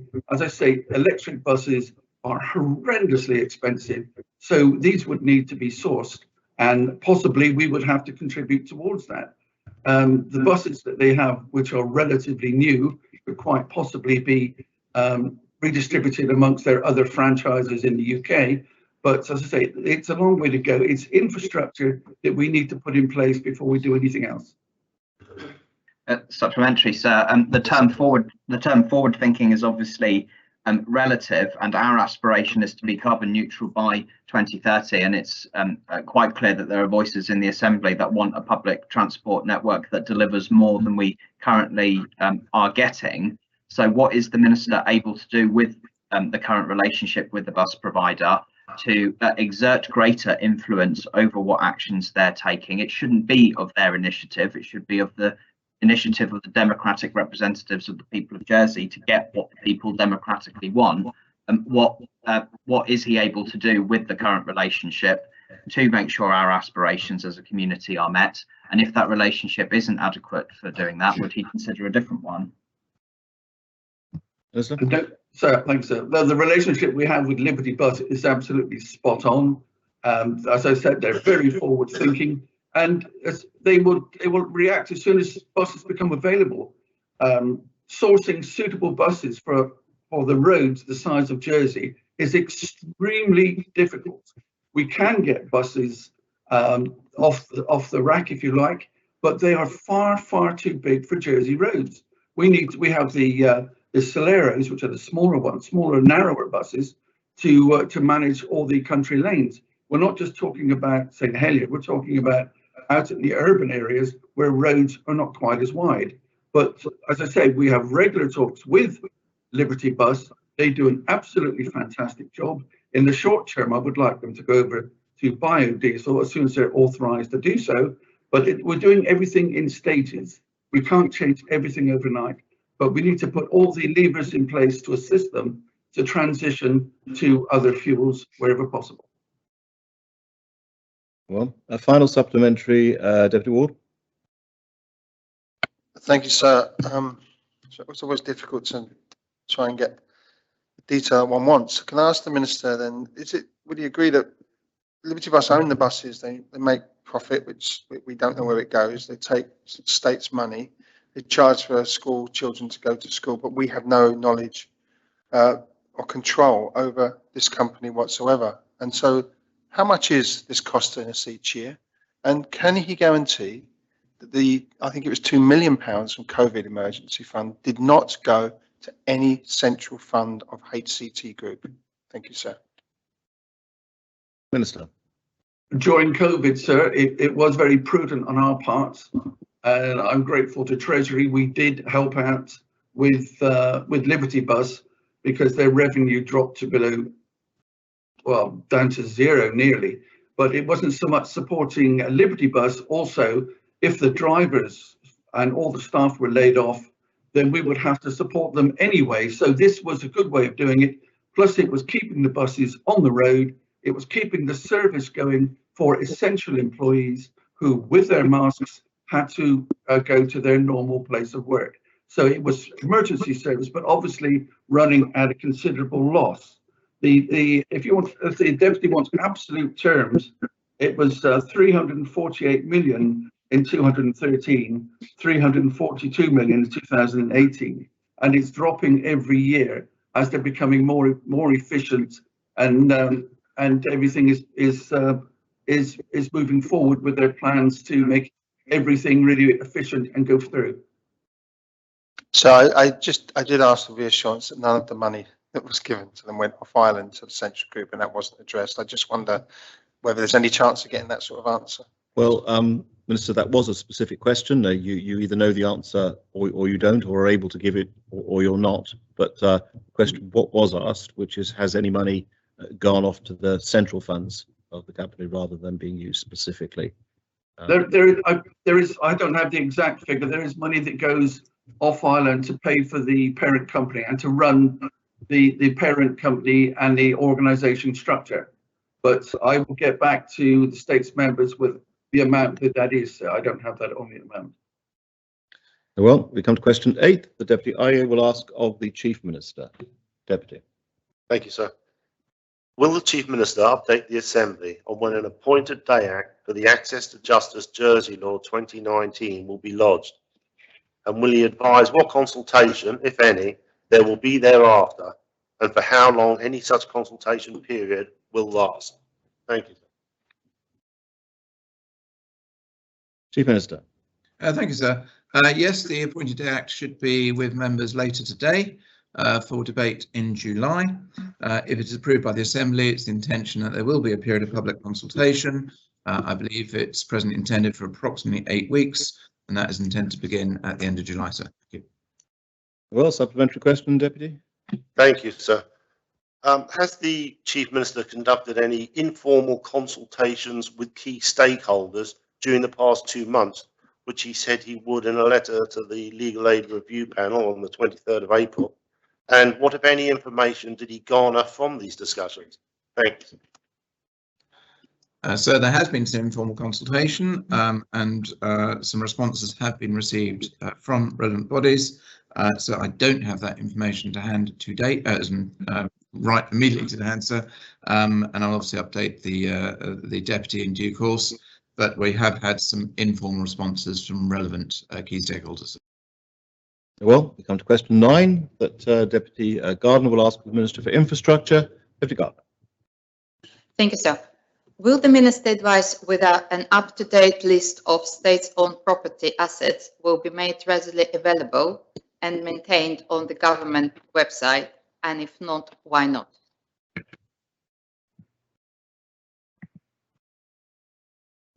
Minister. Thanks, sir. An element of the ongoing reorganisation of the property department is to bring the electronic mapping function into the property asset management plan. The information on government-owned real estate is already available in the public registry for those who wish to peruse some of the 9,300 public land transactions. However, it is my intention to make the freehold information available in a more easily available format in Q4 this year on completion of the mapping transfer and a reconciliation of the registry information. Thanks, sir. Supplemental, Deputy. Thank you, sir, and I'm grateful for the Minister's answer. Just to reconfirm, currently the public need to submit freedom of information to receive full comprehensive list of all state-owned property. Would the Minister confirm that that list will be publicly available and updated, as public has the right to be informed what it's own? Yes, indeed, sir. That will be freely available Q4 of this year, which will be completely updated. Well, we come now to question 11, having dealt with already question 10. Conor Tarbison-Helley will ask the Minister for Infrastructure. Conor Tarbison-Helley. Thank you, sir. Further to the response to written question 259/2021, will the Minister advise members when he intends to present strategies for walking, cycling, bus travel and parking to the States for debate? Minister. Thank you, sir. Multiple work streams are currently being undertaken on the agreed transport policy rapid plans, which cover active travel, the bus development plan, parking and mobility as a service. As per the sustainable transport policy, these plans will also inform future sustainable transport operational delivery plans and will feed more widely into the development of future government plans in subsequent years. I cannot commit to when, because at this stage, I do not know what might need to be brought before the States Assembly. I will, however, commit to presenting the outcomes of the rapid plans to States members as soon as they are available, sir. Supplementary, please, sir. Yes, Conor Tom? Does the Minister not feel it's appropriate to apologise to the States for the long delays in delivering these plans, which were part of the Sustainable Transport Policy, and we have now lost count of the number of deadlines that both his administration and previous administrations have missed in terms of delivering these strategies? Is the Minister not embarrassed by the delay in having, for example, a bus strategy for the island to consider? Minister. Not sure what the question is there, sir. Am I embarrassed? As I've just previously stated, I'm very proud of the bus service and the way it's run and has been run. Well, I think the question, if I'm interrupting, I think the question posed was, were you embarrassed by what the questioner posed as the delays in coming forward with a bus strategy? No, sir, not at all. Well, Senator Mezek. Thanks, sir. I'm just wondering how it's compatible, the idea of having a strategy for bus travel when, in answer to previous questions, the Minister points out that it's a private company who decide how they're run and clearly doesn't have much democratic oversight of them. What's the use in even considering a bus travel strategy when we have such a laissez-faire approach? That's a complete misquote of what I said, sir. We do have oversight. We do have an agreement with Liberty Bus. We have key point indicators, so they must meet certain marks. Everything is in the contract, sir. So as I mentioned, we do have an officer who liaises on more or less on a daily basis with Liberty Bus. They are providing an excellent service to the community, sir. If you live in and on the south coast, for instance, in Clement area, sometimes a bus every 10 minutes, sometimes less, coming into town and going out of town. Absolutely superb service. We would like to extend that level of service to the urban areas, but at the moment that's not possible, sir. Well, some questions, Senator? Yes, thank you, sir. And if that's the case, then, sir, is the Minister saying that the government has the ability to dictate to Liberty Bus what level of service they must be providing if we democratically decide that it's not adequate in particular areas? Never mind the South Coast, great, but in other areas where we may not consider that to be the case in terms of sustainability, in terms of cost of fares, in terms of access for children, for example, does this officer who liaises with them have the ability to dictate to them what they should be doing? And if not, then what's the use in a bus strategy if the government doesn't have the tools at its disposal to achieve it? Minister. I wouldn't use the word dictate, sir. We're not a dictatorship. We liaise with the bus company, and as I said, they're very forward thinking, they're extremely obliging and very open to anything that we say to them, sir. They do run buses to areas where there's no profit whatsoever because it's a bus service, and they do that to provide a service to the community, sir. Conor Tom, John. Could the Minister tell us what the reasons are for the delays in these strategies coming forward, please? It's been extremely testing time, sir. With COVID, everything has more or less been put on hold.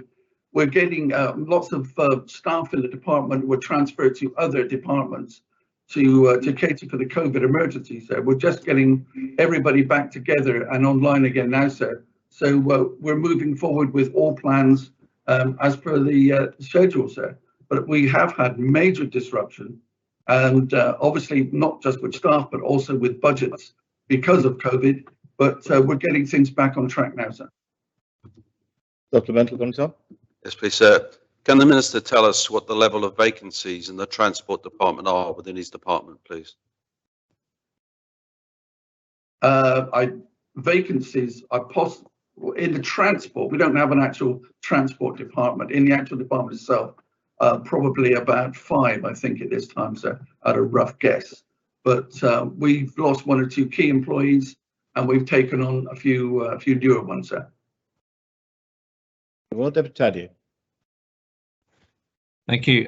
The Minister is gushing in his praise for Liberty Bus. He's used words like an excellent service, a superb service, and said that he's proud of them. And I won't do anything to speak against that. But if we have such an excellent service, do we even need a bus strategy? Well, everything is being coordinated now. We're putting up more and more bus shelters, putting in more bus stops, working with Liberty Bus as a partner organisation.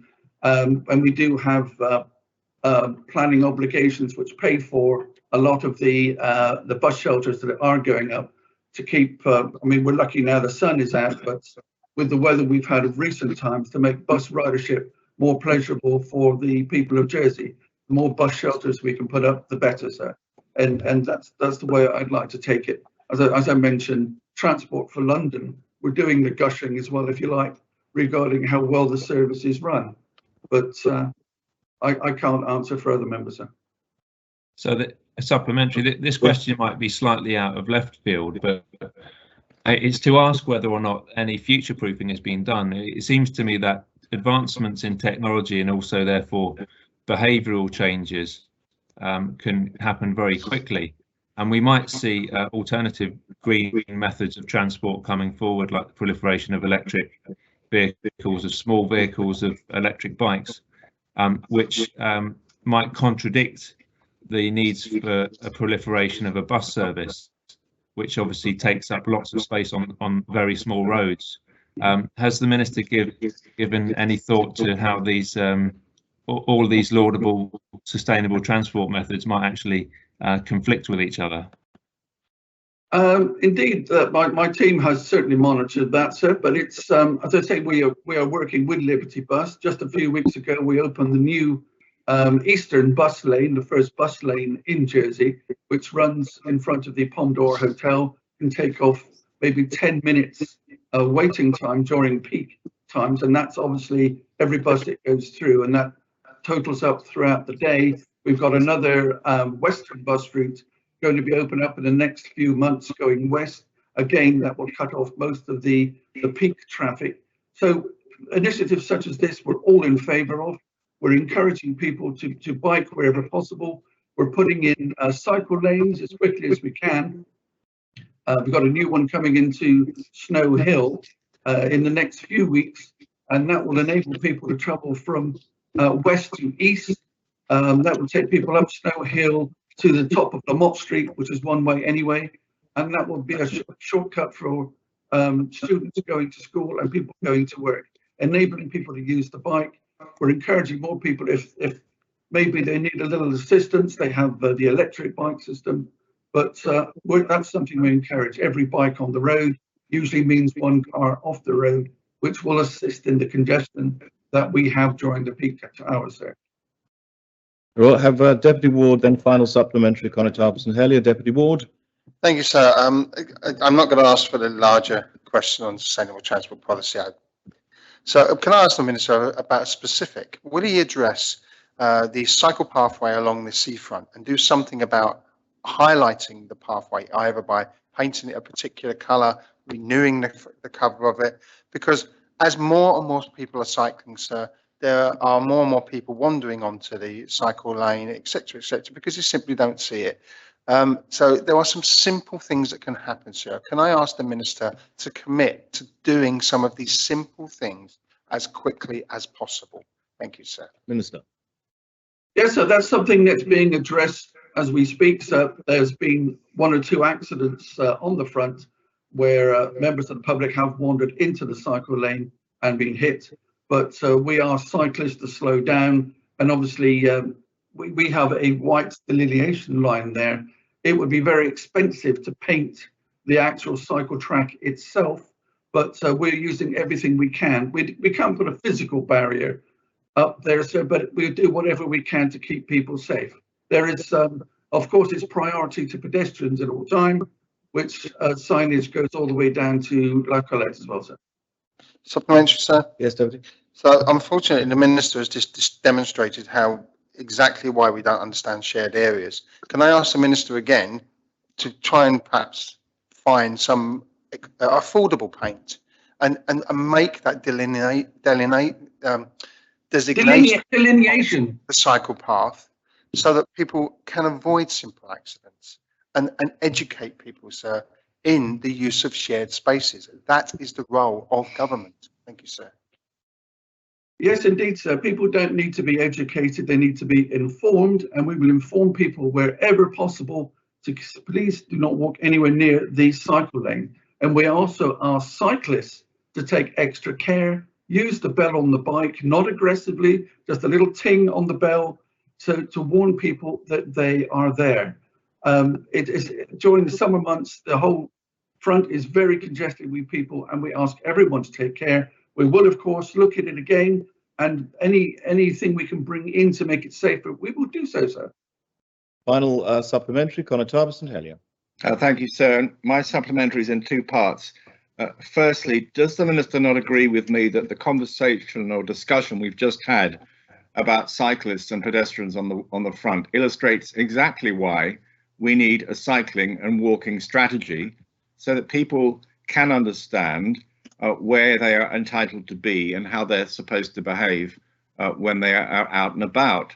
And my second question is the Minister aware that the Citizens Panel on Climate Change has requested as an urgent action that walking and cycling routes are put into the island, particularly in the urban areas, immediately? And how is he going to deliver those immediate improvements without a strategy for walking and cycling? Well, I think, Conor Tarb, that is two final supplementary questions. I'm very happy that you choose one of them, but I don't think one can, under the guise of a final supplementary question, have a list of subordinate questions, as it were. So which one of those would you prefer to have? I would prefer to go with the second one. That perhaps lingers in the Minister's mind sufficiently for him to answer it. Thank you, sir. Thank you very much. Yes, Minister. I was confused as to which question that was, sir. Perhaps the Council would like to repeat it. Yes, indeed. The Minister will be aware that the Citizens Panel on Climate Change has produced a report with various recommendations, and one of them is that the department immediately introduces walking and cycling improvements to enable people to do exactly that. Does this not illustrate the need for a strategy so that these improvements are not done in a piecemeal way, but have an overall strategy behind them? Minister. Absolutely, sir. That is exactly what we're doing. As I've just previously mentioned, we've got all in favour of the strategy being brought forward. We've got, as I say, bike lanes opening in the next few weeks, running through Snow Hill, going to the top of Lamont Street, and any other cycle lanes as soon as we can to bring them online. We're trying to encourage, we're coming into summer months now, eventually, that we're trying to encourage more and more people to walk, to cycle, but we need to keep everybody safe. So that's the mode we're taking at the moment to bring that forward as soon as possible, sir. Well, we come to question 12 that Senator Ferguson will ask the Minister for Home Affairs, the Assistant Minister, Senator Ferguson. Thank you, sir. Will the Minister advise what action, if any, is being taken by the Customs and Immigration Service to improve the process of importing goods from imported from outside the UK to ensure that it is not unduly complicated and expensive? Yes, Assistant Minister. Under the terms of the Jersey-UK Customs Arrangement signed in 2018, which established a custom union between the Crown dependencies and the UK, it was agreed that all parties would apply the UK global tariff to trade with territories not included in the customs union. Therefore, customs duties may apply on goods imported from international suppliers on arrival in Jersey. Importers are legally obliged to pay the customs duty and to submit a customs declaration. There is no cost involved with the latter unless the importer employs the service of a customs agent to complete the border formalities on their behalf. This option is recommended, but obviously the service provided would incur a fee. The need for a customs declaration for goods imported from outside the Union is a legal requirement and includes a need to provide a commodity code associated with the good using the UK Global Tariffs online lookup tool. Classification must be done by the importer to enable the correct duties to be calculated. As a result, the submission of a customs declaration can be a complicated process. Jersey Customs and Immigration Service has produced a number of how-to guides to assist individuals that opt not to use a customs agent. Deputy Gita, I'm afraid you're now significantly past the 90 seconds normally allowed for an answer. Are you able to conclude your answer, please? Within half a paragraph, sir. Depends how big the paragraph is, doesn't it, Deputy? I mean, if you could please close it within the next 10 seconds. So JCIS has produced a number of how-to guides to assist individuals. The main one is Third Country Pre-Arrival Declaration Guide, which can be found on the government website. Supplemental question, Senator Place. Yes, thank you, sir. It's not clear whether customs are totally au fait with the changes, and the explanations are not always consistent. But the overall effect is a total charge of 18% or so on goods being imported from outside the EU. At the moment, it seems that the intention is to increase import costs to be virtually equivalent to VAT of 20%. What is the department doing to sort this out and simplify it for traders in the island? Deputy. Yes, sir. The department doesn't actually charge anything on imports, but there are trade tariffs. And I would like to remind the senator that trade tariffs are actually a protectionist barrier to imports from outside the customs union. So they are meant to be annoying, they are meant to be difficult, and they are meant to be expensive. They will vary depending on the provenance of the goods and depending on the nature of the goods. So there is no particular no set fee, but they can vary from 5% to 20%, depending on the provenance and the nature. Very much, Deputy. Now we move to the next question. Deputy Higgins, I don't think you're available to ask it, and you've asked for it to be put to the bottom of the list. Yes. Then the next question is 14. The Conor Harbison-Haley will ask for the Minister for Treasury and Resources. Conor.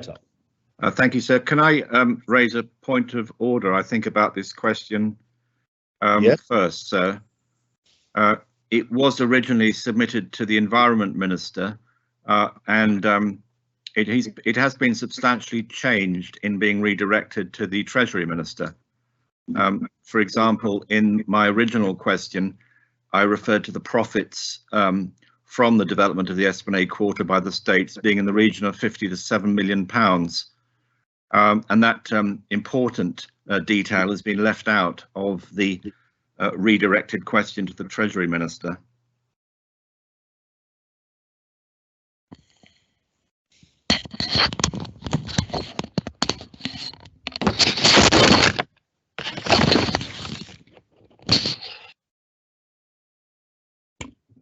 Well, Conor, I'm informed that extraneous information and facts are generally removed from questions, and that, of course, it was redirected because the Minister for Treasury and Resources is the responsible shareholder, supervising shareholder. So you've made the point, but I'm not sure there's anything to be done. If you wish to withdraw the question, you're of course at liberty to do so, or you can ask it in this form.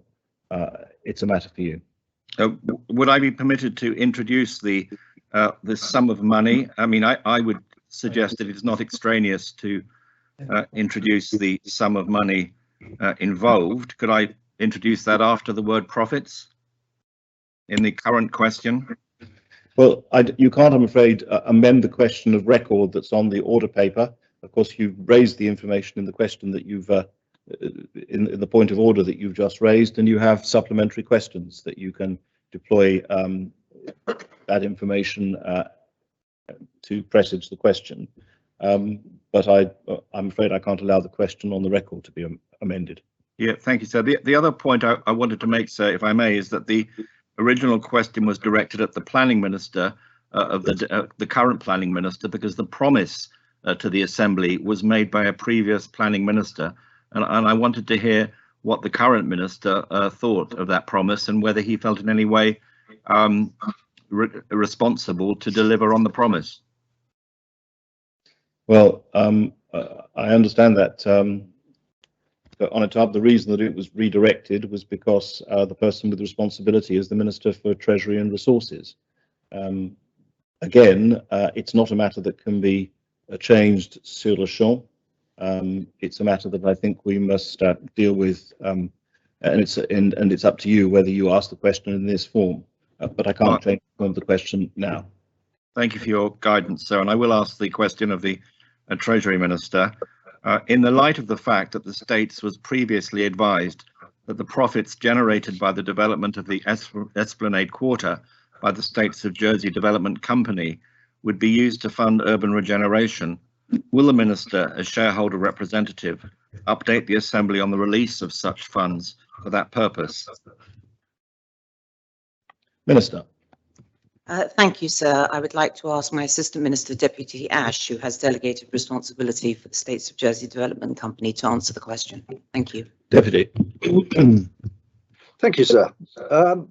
For the benefit of members, the Esplanade Quarter area represents the former Esplanade Surface Car Park, on which the two IFC buildings and Trenton Square sit, and Les Jardins Surface Car Park, which currently remains a car park and was the subject of a master plan in 2008.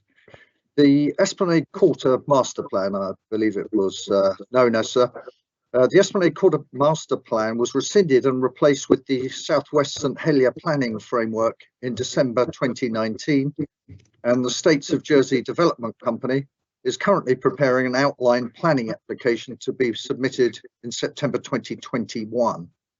The proposed plans provide for a mixed-use landscape-led development that includes a significant amount of public infrastructure. The development itself must be self-financing, and SOJDC is balancing the needs and aspirations of the community with the overall financial viability of this new part of St Helier. This major urban regeneration project will be demand-led and delivered in phases over a 10-year period from commencement. Proceeds from the early phases of the development will be used to fund the public infrastructure contained in the subsequent phases. Once SOJDC has completed the entire development on the waterfront, sir, surplus funds will then be available for other urban regeneration projects. Well, a supplementary, please, sir. Yes, supplementary, of course. I'm grateful to the Assistant Minister for reminding us that it was 13 years ago that the Esplanade Quarter Master Plan was approved, and I'll seek his understanding as to whether the promises made as part of that master plan, in particular the prediction that between 50 and 70 million pounds would flow into areas requiring urban regeneration, areas perhaps far more needy to the north of town, areas like Cheapside and Columbury and so on, that money would be forthcoming. And is the Assistant Minister saying that those promises effectively now amount to nothing and that they've been replaced by a new master plan? I'm not saying they amount to nothing at all, sir. No. What I am saying is until we have finished the entire development, we won't know the exact sums of money that will be, I was going to say surplus to requirements, but obviously they will be required, but surplus funds. Interestingly, sir, the latest set of financial statements of SOJDC indicates that the island has benefited from SOJDC's activities since 2012 to the tune of 17.2 million. That's a combination of cash dividends, asset transfers, and public infrastructure improvements. It also includes the sum of £5 million that's been committed for future public infrastructure and that's been allocated for expenditure on projects such as the I was going to use the word ill-fated, but it isn't ill-fated because it has yet to appear. But these skate parks that are planned, the Midvale road improvements, and a Snow Hill link to Fort Regent. All that money has been set aside already, sir.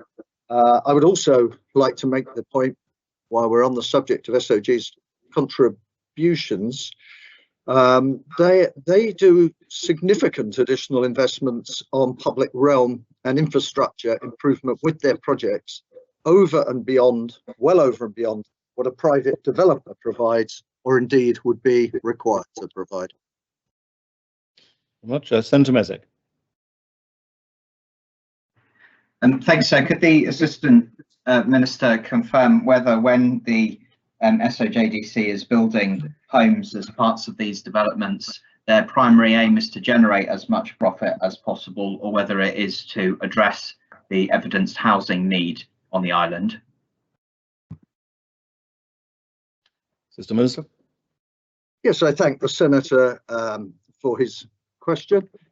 I think he knows the answer deep down, so that it cannot possibly be to raise as much money as possible. That isn't their remit. If it was, they wouldn't have agreed, or via me, they wouldn't have agreed to include affordable housing. And it's not what the SOJDC was there. It's there to provide a development service within the scope of the island's interests, not merely to make as much profit as possible. Thank you, sir. Supplementary. So just to clarify then, based on what he's just said, that the issue of profit and that being diverted to other places in St Helier for regeneration is inconsequential. Is that what he's suggesting? I'm not. I'm suggesting that it isn't their full remit. If it was their full remit, if the Assembly wished to say, and if the Senator wishes to withdraw his request for affordable housing, and the Assembly wished to say that the SOJDC should make as much possible money out of every development they do, and with those surplus profits place that towards infrastructure within the community, then I'm sure we could accommodate it, sir. Well, Deputy Ayer. Thank you, sir. The Assistant Treasury Minister mentioned the contributions made by the State of Jersey Development Company in previous years.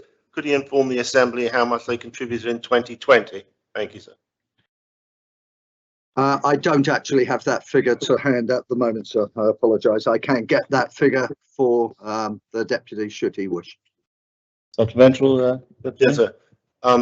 Does the Assistant Treasury Minister believe that that contribution was zero? Thank you, sir. The Assistant Treasury Minister doesn't believe anything of the sort, sir. As I say, at the moment, I do not have that figure. If it is naught, I will inform the Deputy that it is naught, but I will endeavour to get the exact figure for 2020, which is as soon as I can, and I will furnish him with it. Have a question from Deputy Southern, then final supplementary from the Conservatives and Helier. Deputy Southern. Thank you, sir. Could the Assistant Minister define for us here and now what constitutes affordable housing that's supposed to be on the waterfront? In answer to the Deputy's question, so no, I can't define that completely. I believe there are considerable definitions of affordable housing, from purchasing with state's help to new buyers, first-time buyers housing, towards community rented housing. So it has a wide scope, and I hope SOJDC, together with the Housing Minister, and indeed together with Senator Mezek, should he wish to contribute, will discuss as to what form that housing should take. Supplemental, Deputy? Yes, sir. Can the Assistant Minister seek the agreement and acceptance of SOJC as to what will contribute to affordable housing on the waterfront? As I say, sir, SOJDC have agreed to produce affordable housing. Affordable housing has a wide remit, and it is up to us to discuss this with various parties as to which way we wish to go on affordable housing. There is no easy definition of affordable housing. It's a fairly wide remit, and we have to decide to narrow that down a bit. Final supplementary, Conrad Arbison-Taylor. Yeah, thank you, sir. And I would like to bring my final supplementary back to the original purpose of this, which was not to do anything to denigrate the work of the States of Jersey Development Company. As the assistant ministers have said, they have done a great deal to enhance that part of St Helier with open space such as Trenton Square and hard landscaping around the IFC. But does he not agree with me that to effectively say that the surplus funds for regeneration of areas like Cheapside, like St Mark's Road, like Stopford Road, that these areas that desperately need money spent on them are going to have to wait another 10 years until this somewhat grandiose project on the waterfront is completed? Does he think that's acceptable? It may be that these monies can be brought forward. It would have to be a discussion that we will have as an assembly with SOJDC. But if we're going to get the new housing that we desperately require, it always rather baffles me with the states, because this assembly, sir, is that we sit here and we will have a debate on the housing crisis, as the Senator Mizet wishes to describe it. In the next moment, we're saying that SOJDC should put money aside into schemes in St Helier that are not housing. Well, at the moment, we can't have both. So my view would be that we have to sort out the housing crisis, and then the nice to haves will follow when we find out how much money is left over in the pot, sir. Thank you. When we come to question 15, the Deputy Ward will ask for the Minister for Children and Education. Deputy. Thank you, sir. Will the Minister state the total amount of COVID-19 catch-up funding that has been allocated per child for 2021? Thank you, sir. Yes, sir. Thank you. Yes, actually, it's quite a simplistic. What appears to be a very simple question, sir, is actually quite a complicated answer. So, as the Deputy knows, we have invested quite significantly in education reform, but we've also obviously recognised the impact of COVID. And so catch-up funding has been allocated, sir. And very swiftly, in total, over 2020 and 2021, a total of about 1.7 million has been allocated. The split on that for 2021 is 904,000. That's in the government plan. There's an extra 380,000, which was announced in April, which is to do with IT devices, and a previous 445,000. These are all approximate figures, sir, for 2020.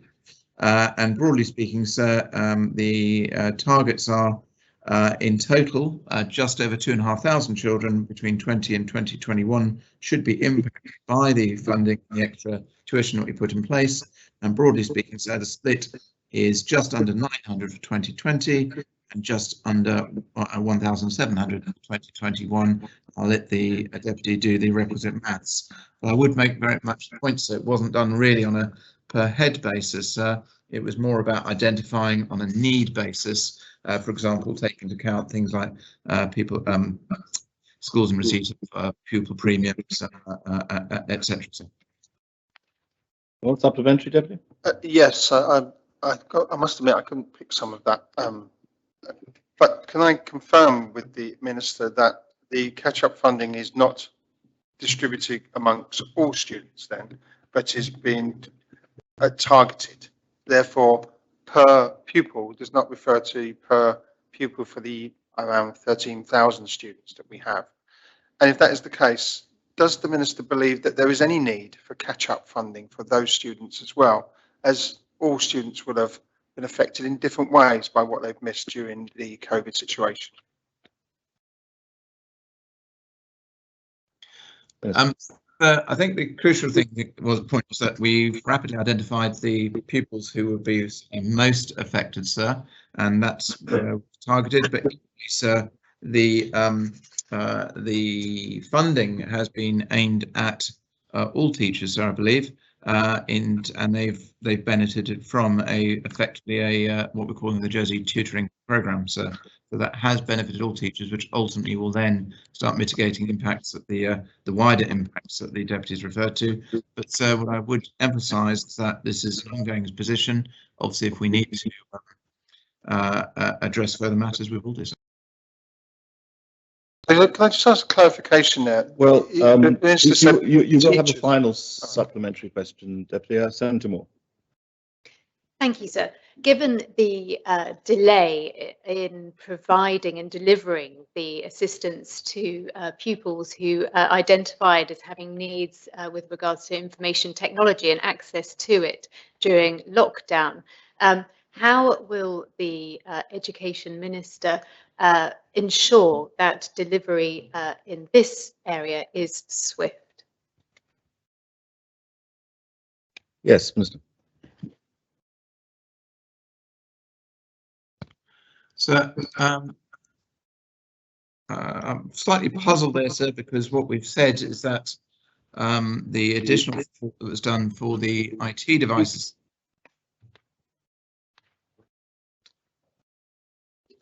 I'm afraid you've frozen, Chief Minister. We can't hear you, and your picture's no longer moving. So.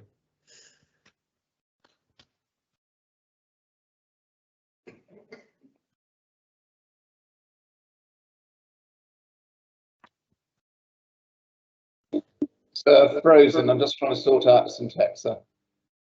Yes. So does the Minister need some catch-up funding? Sorry. We do need to catch up, but the funding. I can allow a short period for this, and I'll add some injury time at the end of the question period. Yes, we can hear you, Chief Minister. Apologies, sir. I don't know if you've heard that. For some reason, my laptop decided to go completely haywire. Right, at least I was trying to answer Senator Moore's question, and essentially, sir, my understanding, sir, is that the devices that we certainly announced in April, sir, are being distributed or have been distributed to the schools, and therefore, sir, there shouldn't be any delays on that matter, sir. Supplementary, Senator? Yes, sir.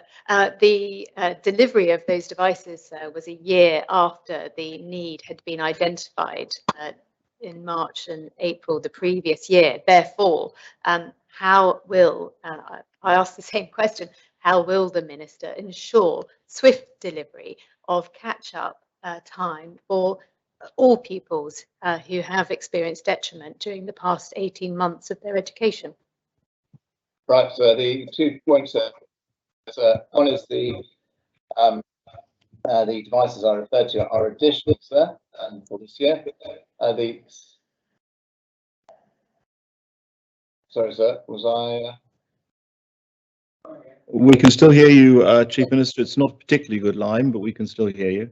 Apologies, sir. I thought I was in danger of speaking over you. That was why.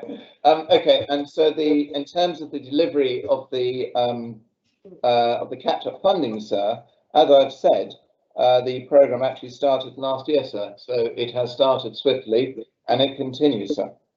So it is being delivered. It is not proposed to be delivered, sir. It is happening. So therefore, on that basis, sir, it is being delivered swiftly, and to those children who are in need of it, and most in need of it. Your final supplementary, Deputy Ward. Thank you, sir.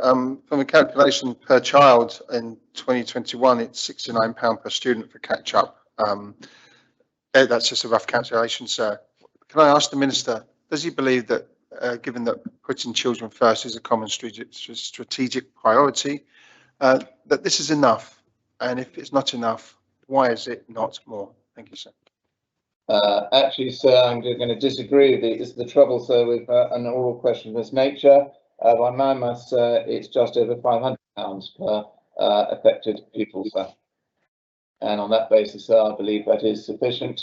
And obviously, as we've said, we will continue. I think it's being reviewed mid-year, sir, so I think in June or later this month, sir, and therefore we will continue to assess.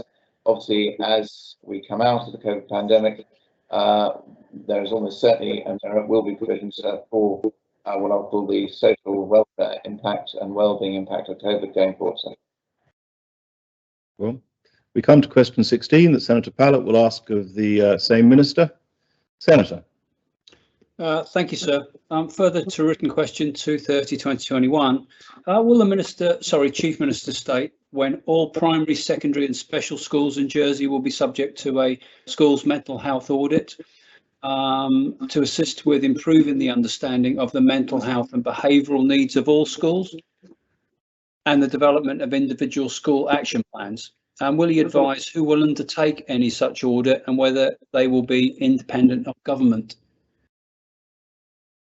Chief Minister. Sir, I will be answering the question on behalf of the Chief Minister. If that's okay. Yes. Thank you, sir.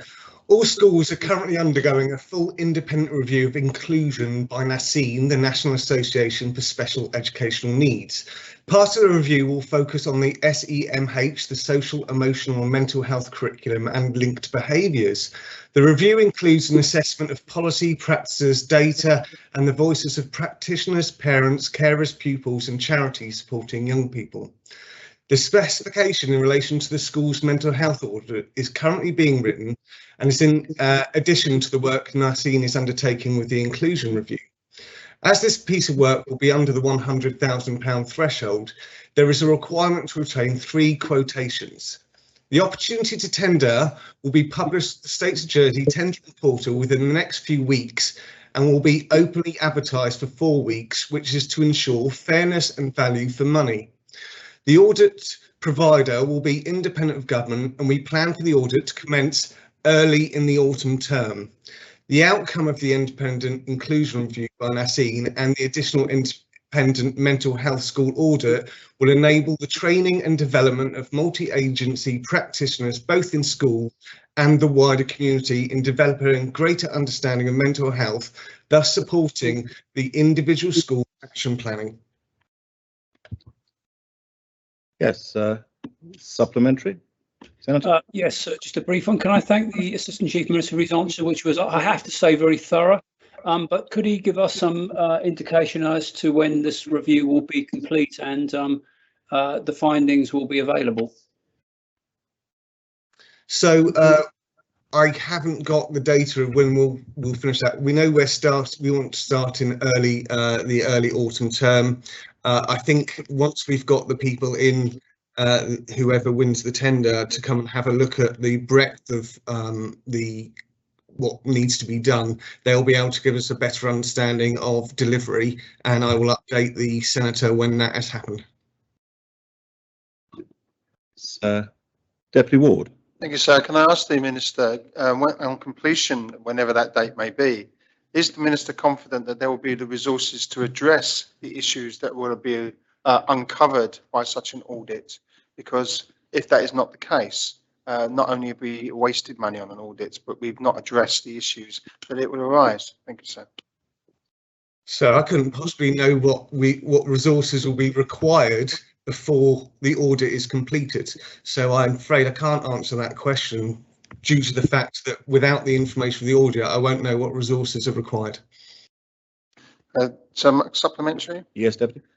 Is the Minister aware of the current needs, which we all know are growing, particularly following COVID in terms of mental health, not just anecdotally because of the number of referrals that have been happening to CAMHS, etc., etc. And does he believe that resources are currently adequate?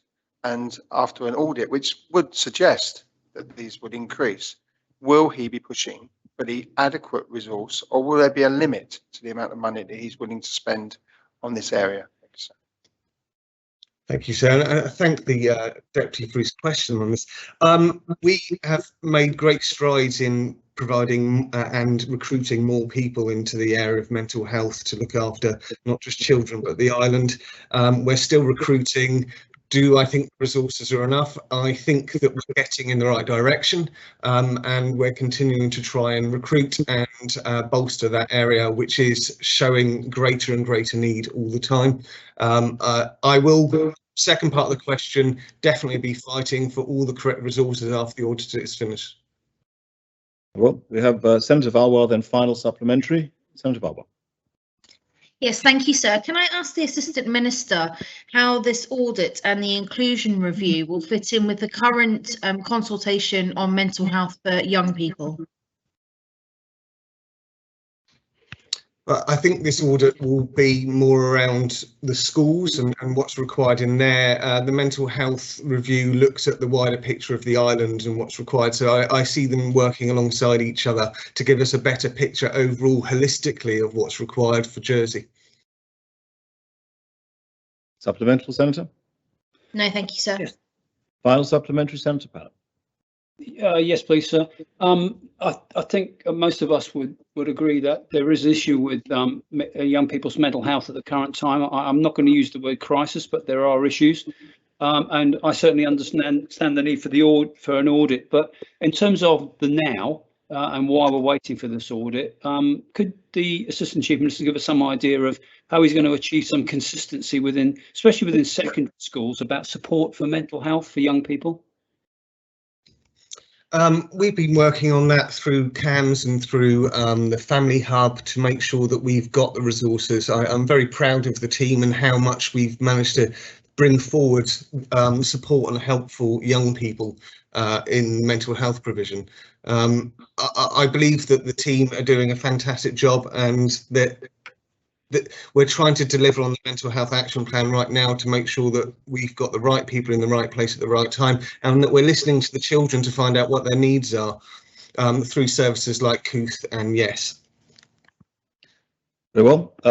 There is adding a little bit for injury time. There's time for one further question before the period that questions with notice comes to an end. So question 17, Deputy Morell will ask the Minister for the Environment. Deputy. Thank you, sir. What assessment, if any, has been made of the quantity of building waste that would need to be removed from the site if the State of Jersey Development Company's current plans for the southwest of St Helier came to fruition? And how much of any such waste is estimated that it would be toxic? Thank you, sir. The officers of the Infrastructure, Housing and Environment Department have been involved in some pre-application discussions with the SOJDC on the content of what SOJC call their emerging visionary framework. This is obviously a very early stage set of proposals and is out for pre-consultation as the SPG that I issued requires.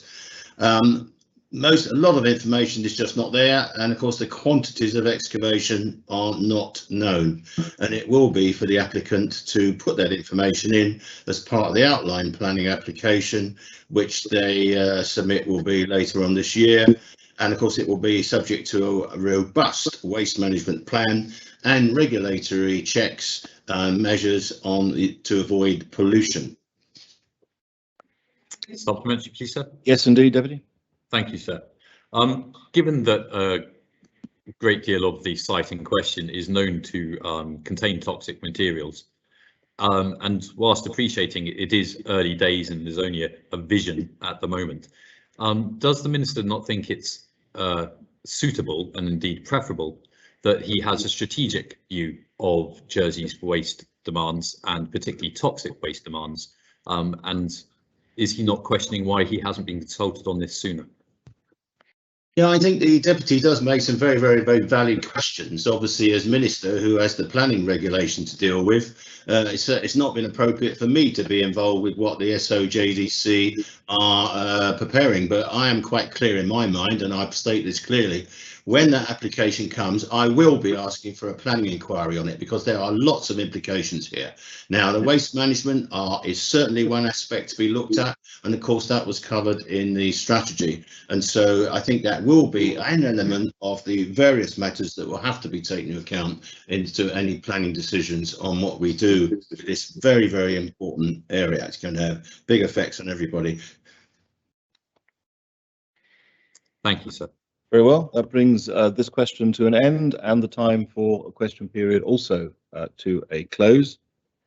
Before moving on to questions to ministers without notice, Chief Minister, I have noted, to help the graph, that there's been no formal announcement of the resignation of Deputy Masson. That's a requirement to instigate any further elections. So do you wish to make that that announcement now?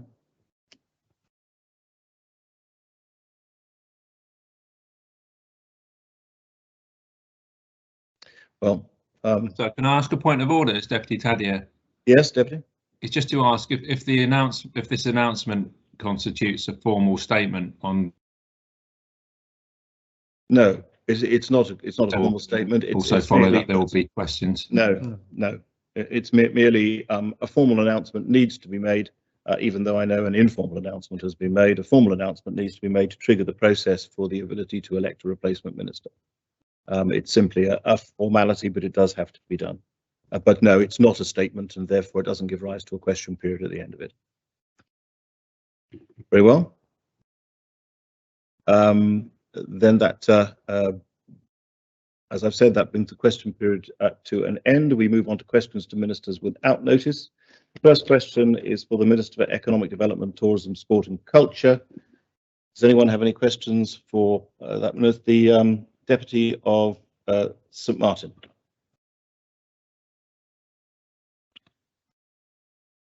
I'm sorry, sir, that was a question I was trying to get in at the end of question time.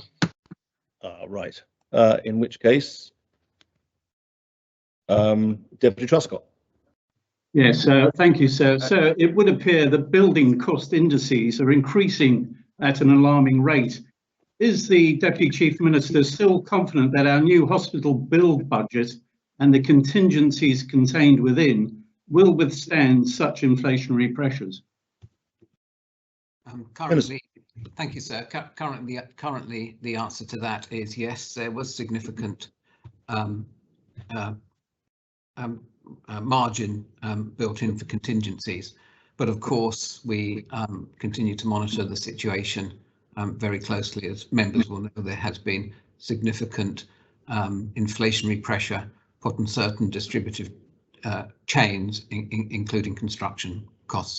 So currently, we are working within budgets, and that is the expectation. But of course, this is something that could be out of our hands as time progresses, but we are monitoring it very closely. Supplemental, Deputy Truscott. No, thank you, sir. Very well. Senator Pallett. Thank you, sir. At the recent quarterly hearing held on Friday 28th, it was stated that the planning application for the skate park at Lake Kennevay Sports Centre would be in by the end of the week, and I presume that was last Friday. Could the Minister confirm that this planning application is now on the planning website as stated at the public hearing? Sorry, sir, could the Senator repeat which application? The Kennevay Sports Centre skate park planning application. I can't confirm that right now, but I will find out and let the Senator know. It is my understanding that it has, but I would like to just seek clarification from the officers. Thank you. A supplemental, Senator? Not at the moment, sir. Thank you very much. Senator Moore. Thank you, sir. Could the Minister describe how he proposes to respond to the Economic Council's report, which was published in December of last year? Thank you, sir. Members will have seen the Economic Council's very good report, which has five key themes to it. I met together with assistant ministers and officers with the Economic Council 2 weeks ago to put in place a delivery plan for their reports entitled New Perspectives, and officers and members of the Economic Council were charged with working out the logistics of that and reporting back to the oversight groups in due course. And I'm expecting to be having a further meeting on that imminently, certainly within the next 2 weeks. Supplementary, Indeed, please, Senator, yes. Thank you. One of the recommendations of the Economic Council is to define an inspiring and clear vision for the economic development with the 20-year horizon. When does the Minister intend to share his vision for the economic future of the island with the island? Thank you. That's a work in progress. What we are doing is blending the New Perspectives reports with the economic work that's currently in place. The current economic work is focusing on productivity improvement and is more short to medium term focus. So on the timing, I would expect that we'll be in a position to share a much broader and long-term economic vision later this year. So I can't give an exact date at the moment. I would like to reassure members that it is work ongoing, sir, and a lot of work is being put into that. Very well, Deputy Tadier. Thank you, sir. I understand that the Minister has today met with the young patient Billy, who's from the UK with his mother, has been doing some fundraising and to raise awareness of medicinal cannabis. Does the Minister acknowledge that the profoundly positive effect that medicinal cannabis has had on this young individual in coping with his and managing his epilepsy symptoms? And does he also note that we need to get to a position in Jersey where we don't just have a medicinal cannabis industry, but that our own local patients who currently have to pay for this should be in a position to have it funded like any other medicine and access Jersey grown cannabis where possible and not be detrimented. So will the Minister give his support as Economic Development Minister, but also as Deputy Chief Minister, to push for these changes to not only have a successful industry, but to allow these patients to access what they need free on our health service? Thank you, sir. And I'm pleased to address that question. Yesterday, I met with Charlotte Caldwell and Billy Caldwell to learn firsthand just how of the astounding benefit and positive impact that the use of medicinal cannabis has had on Billy's life. And of course, we know now through evidence that medicinal cannabis is having a very positive impact and brings relief to many thousands of people suffering from a range of conditions. The I Am Billy programme was in Jersey as part of a tour around the UK, not only to raise awareness of the benefits of medicinal cannabis, but also to to raise funds for expediting clinical research there, to bring confidence, more confidence to society on its use, and to raise funds to improve affordability, because that is an issue for a lot of people benefiting from medicinal cannabis, is the cost. So I was very pleased to meet with them and fully and wholeheartedly support what they're trying to do, sir. In relation to the Deputy's question about should medicinal cannabis be available free of charge as other medicines, I think the short answer to that is yes, sir. I certainly would support that. If as clinical trials develop and the benefits and uses of medicinal cannabis become more apparent, so I think we need to move to that position very quickly. Thank you. Or as quick as we possibly can, ultimately. So I think that's a matter for the health. Supplementary question, Deputy Taddy? No, thank you, sir. It's a full answer, and I'll let other people ask questions. Deputy Ayer. Thank you, sir. A QC has been appointed to lead the UK government's review into the collapse of Bet Index. Will the Minister be holding an inquiry into the Jersey Gambling Commission's decision to give Football Index a licence? Thank you, sir. We haven't made that decision yet, sir. The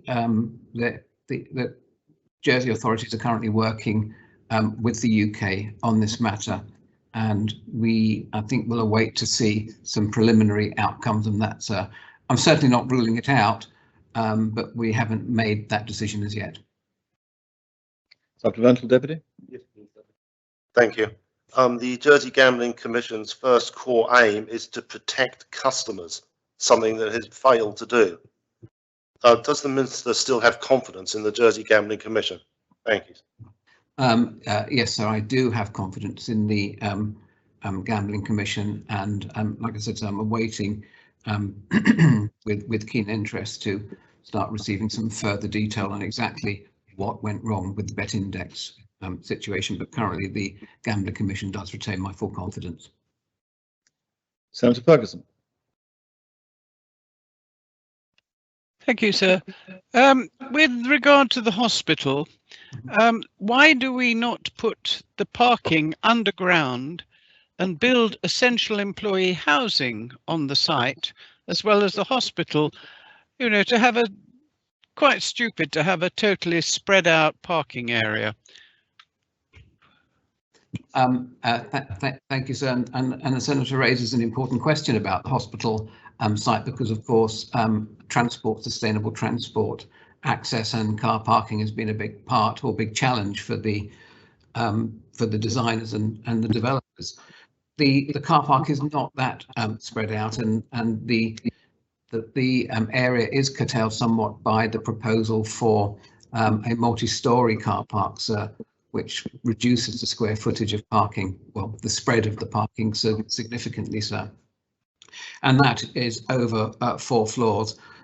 So with the biodiverse roof, which is a green roof, which is part of the natural environment and habitat, there is no provision for staff housing on the hospital campus, because all of the useful space is used up as part of the health provisions there. But I can assure members that the health department is dealing with staff accommodation and housing as a separate project. Of course, part of the rationale behind our new hospital, of course, is being able to attract the very best medical professionals in the future. And of course, we need to be able to offer good housing to underpin that. Supplementary, Senator? No, thank you, sir. Deputy Ward.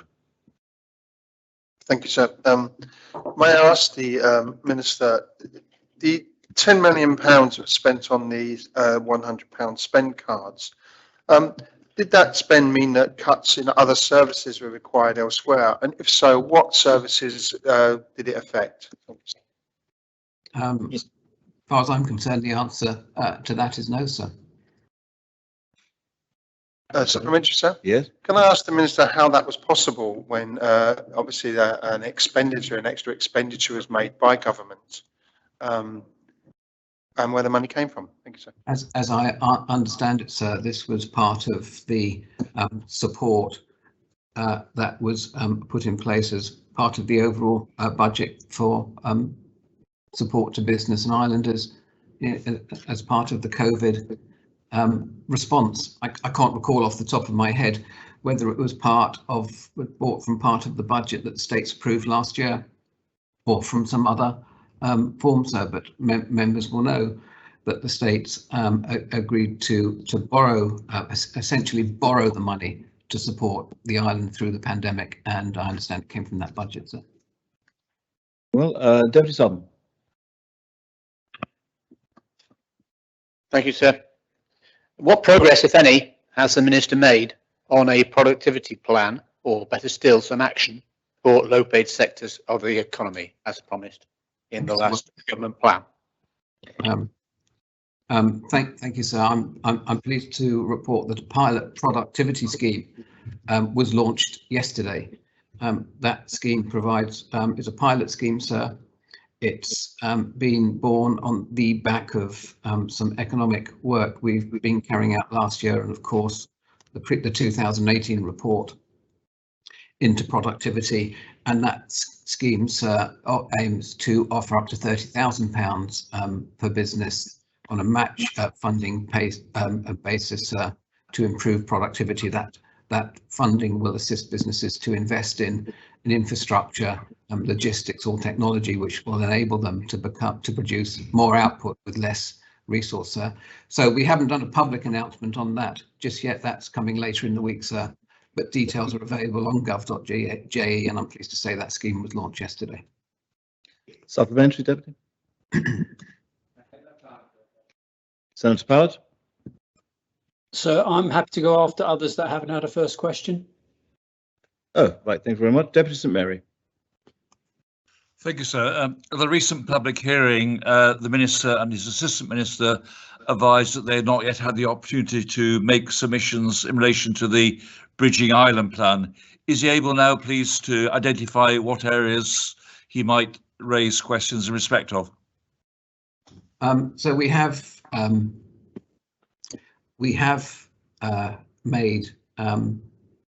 had quite a lot of interaction with the Bridging Island plan, in its early stages. But we are actually, as I understand it, meeting as a ministerial team this coming Friday to go through certain aspects with a fine-tooth comb to see if we need to amend anything from the perspective of our portfolio, sir.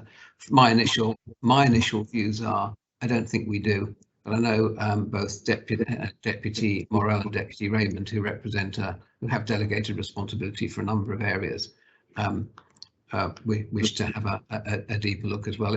We've been a little bit constrained by time, sir, but that's still a work in progress. Supplementary, sir. Very, very briefly, yes, sir. If there are areas he identifies, would he undertake to advise scrutiny panel of them? Thank you.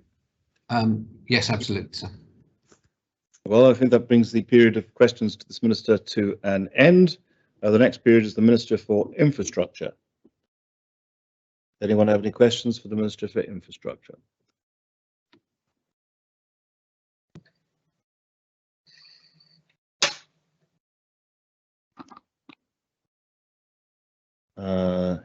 Deputy Truscott.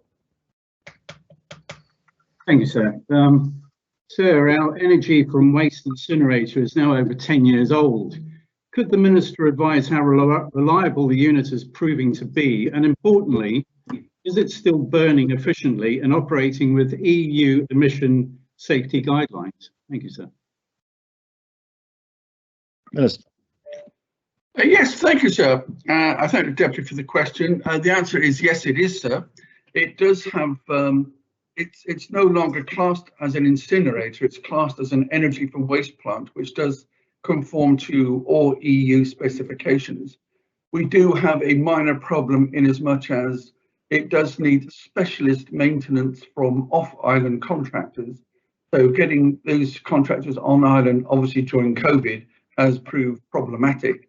So maintenance schedules have been put back a little to account for this. But the unit is performing well and burning refuse, and it puts, I think, about 7.5% of the island's electricity into the JEC through its turbines. Thanks, sir. Much supplementary, Deputy? Yes, please, sir. Could the Minister advise what is the life expectancy of such a unit? I believe before we do any work, I think it's about 25 years from the commissioning, but there are things that can be done to extend its life. For instance, the concrete bunker end, which when it was constructed was the largest concrete pour in Jersey's history. We had literally dozens of cement mixers lining up in the road waiting for the concrete pour.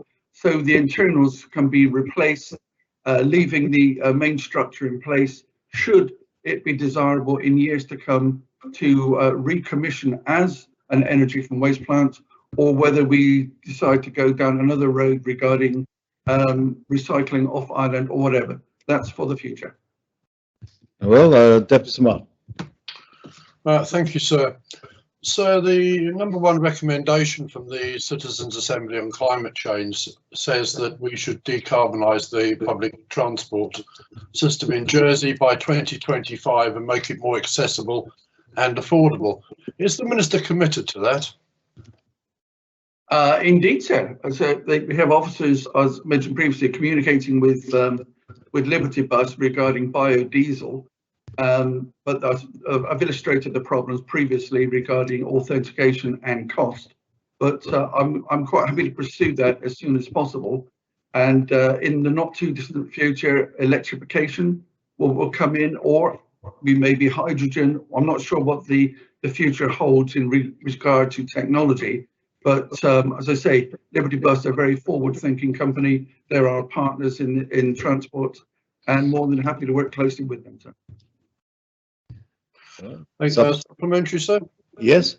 Thank you. Many of the Minister's answers in question time this morning have not really confirmed that, sir. And his use of biodiesel, that's not decarbonising the fleet. Will he assure the Assembly that he will come forward with plans to turn public transport electric before 2025? It's certainly biodiesel or RD100 is certainly a step in the right direction, sir, with regarding pollution, etc. I can't commit to electric. I can commit to as much sustainable transport as we can on island. As I say, hydrogen buses may be the in thing in years to come. So I can't commit to electricity, but we want to have a clean, green island, and more than happy to commit to doing whatever it takes to obtain that. Well, Senator Pallett. Thank you, sir. Could I ask the Minister, does the island have an updated current road action safety plan? And if not, why not? That's in the planning status, sir. Officers are working on that as we speak. I don't have an actual date for that, but in the near future. Supplementary, sir? Yes. Just a brief one, sir.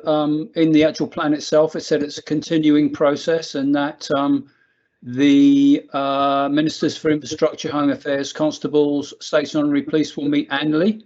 Has that happened? And is that part of updating the plan?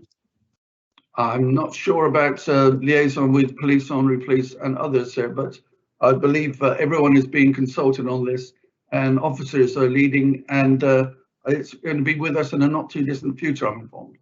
Sir, could I just ask that the Minister provides the evidence for those meetings, please, sir? I didn't say there was meeting. The deputy told, the senator told me there were meetings, but as I say, the officers are leading on this, but as I say, it will be with us in a not too distant future. Well, Conor Thompson-Brillard. Thank you, sir.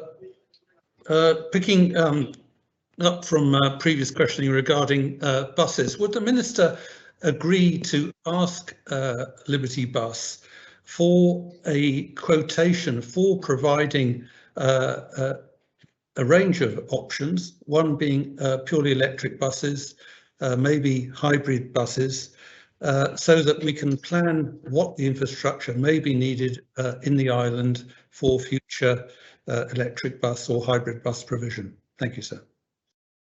Yes, more than happy to do that, sir. And I know that officers are in discussions with Liberty Bus regarding this. We don't know what's coming down the line regarding technology, but as stated in a previous question, as the Constable is well aware, getting buses obtaining buses that fit Jersey roads is extremely difficult.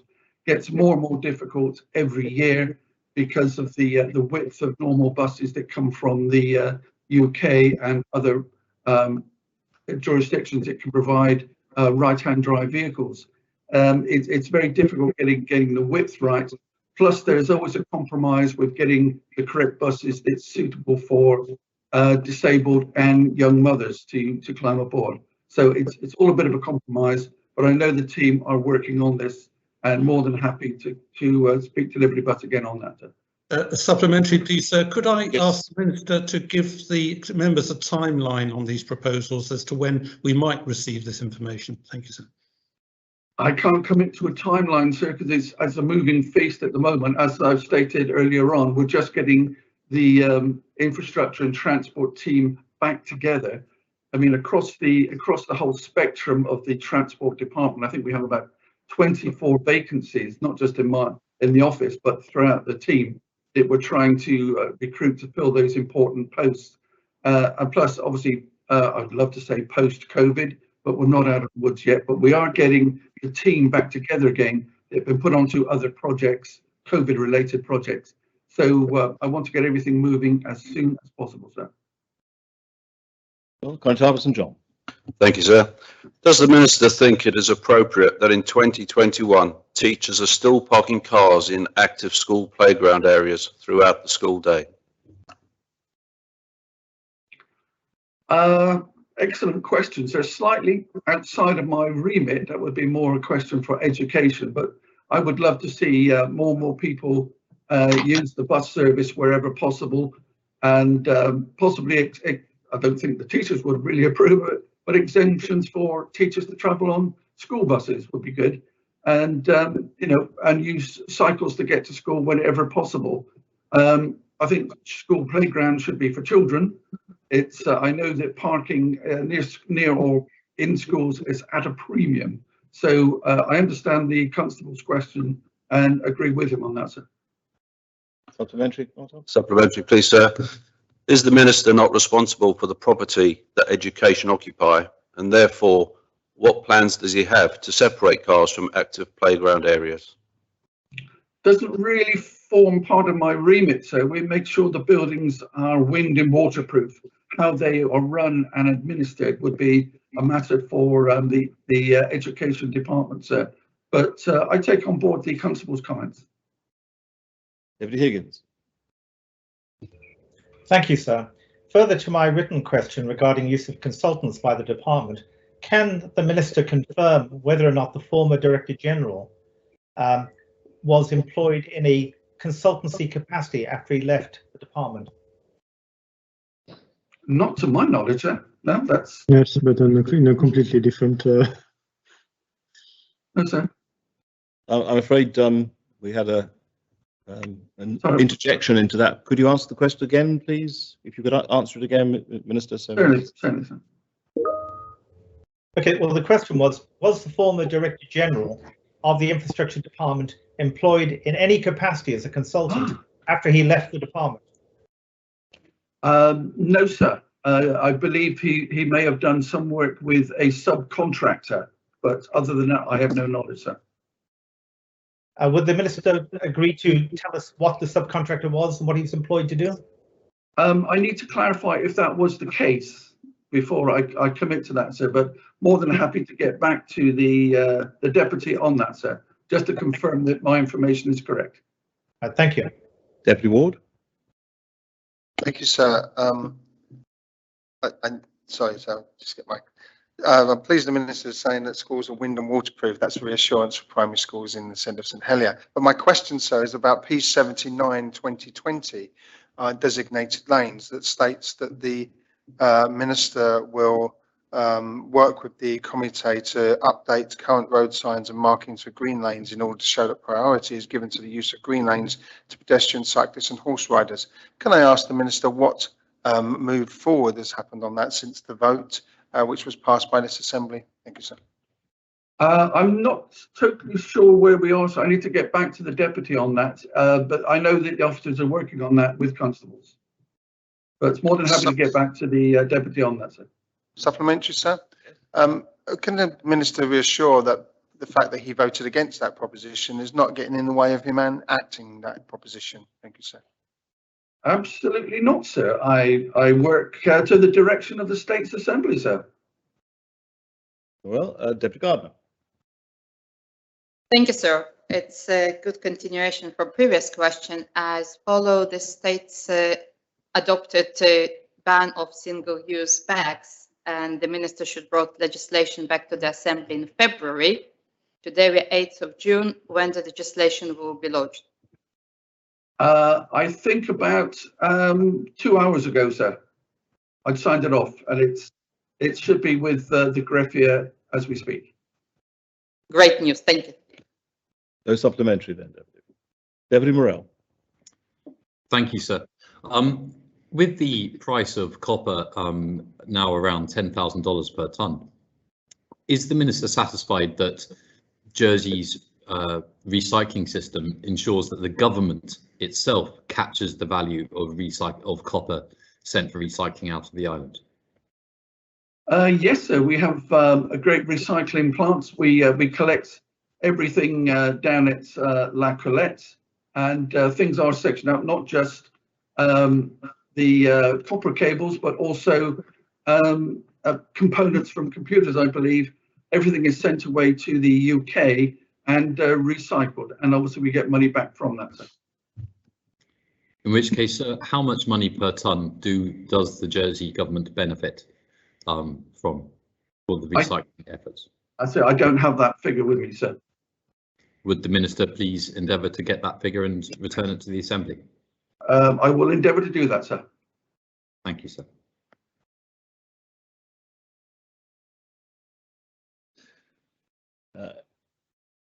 Any other questions for Senator Pallett? Thank you, sir. In the same vein as Deputy Ward, I just wondered if the Minister could provide an update on where he currently is in regards to P33 2019, the Port car park in regards to camper van parking, and what progress is made on parts A to C of that proposition? I know that's very much in hand, sir, and we've been in communication and officers recently with the Commutator Conotab, sir. I need to get back to the constable exactly what I've got it in my fact sheet here, trying to find it might be something else, but I know things are moving forward with that, sir. Supplementary, sir. I wonder if the Minister could just provide me with what progress he has made, because I've not heard anything since the proposition was passed.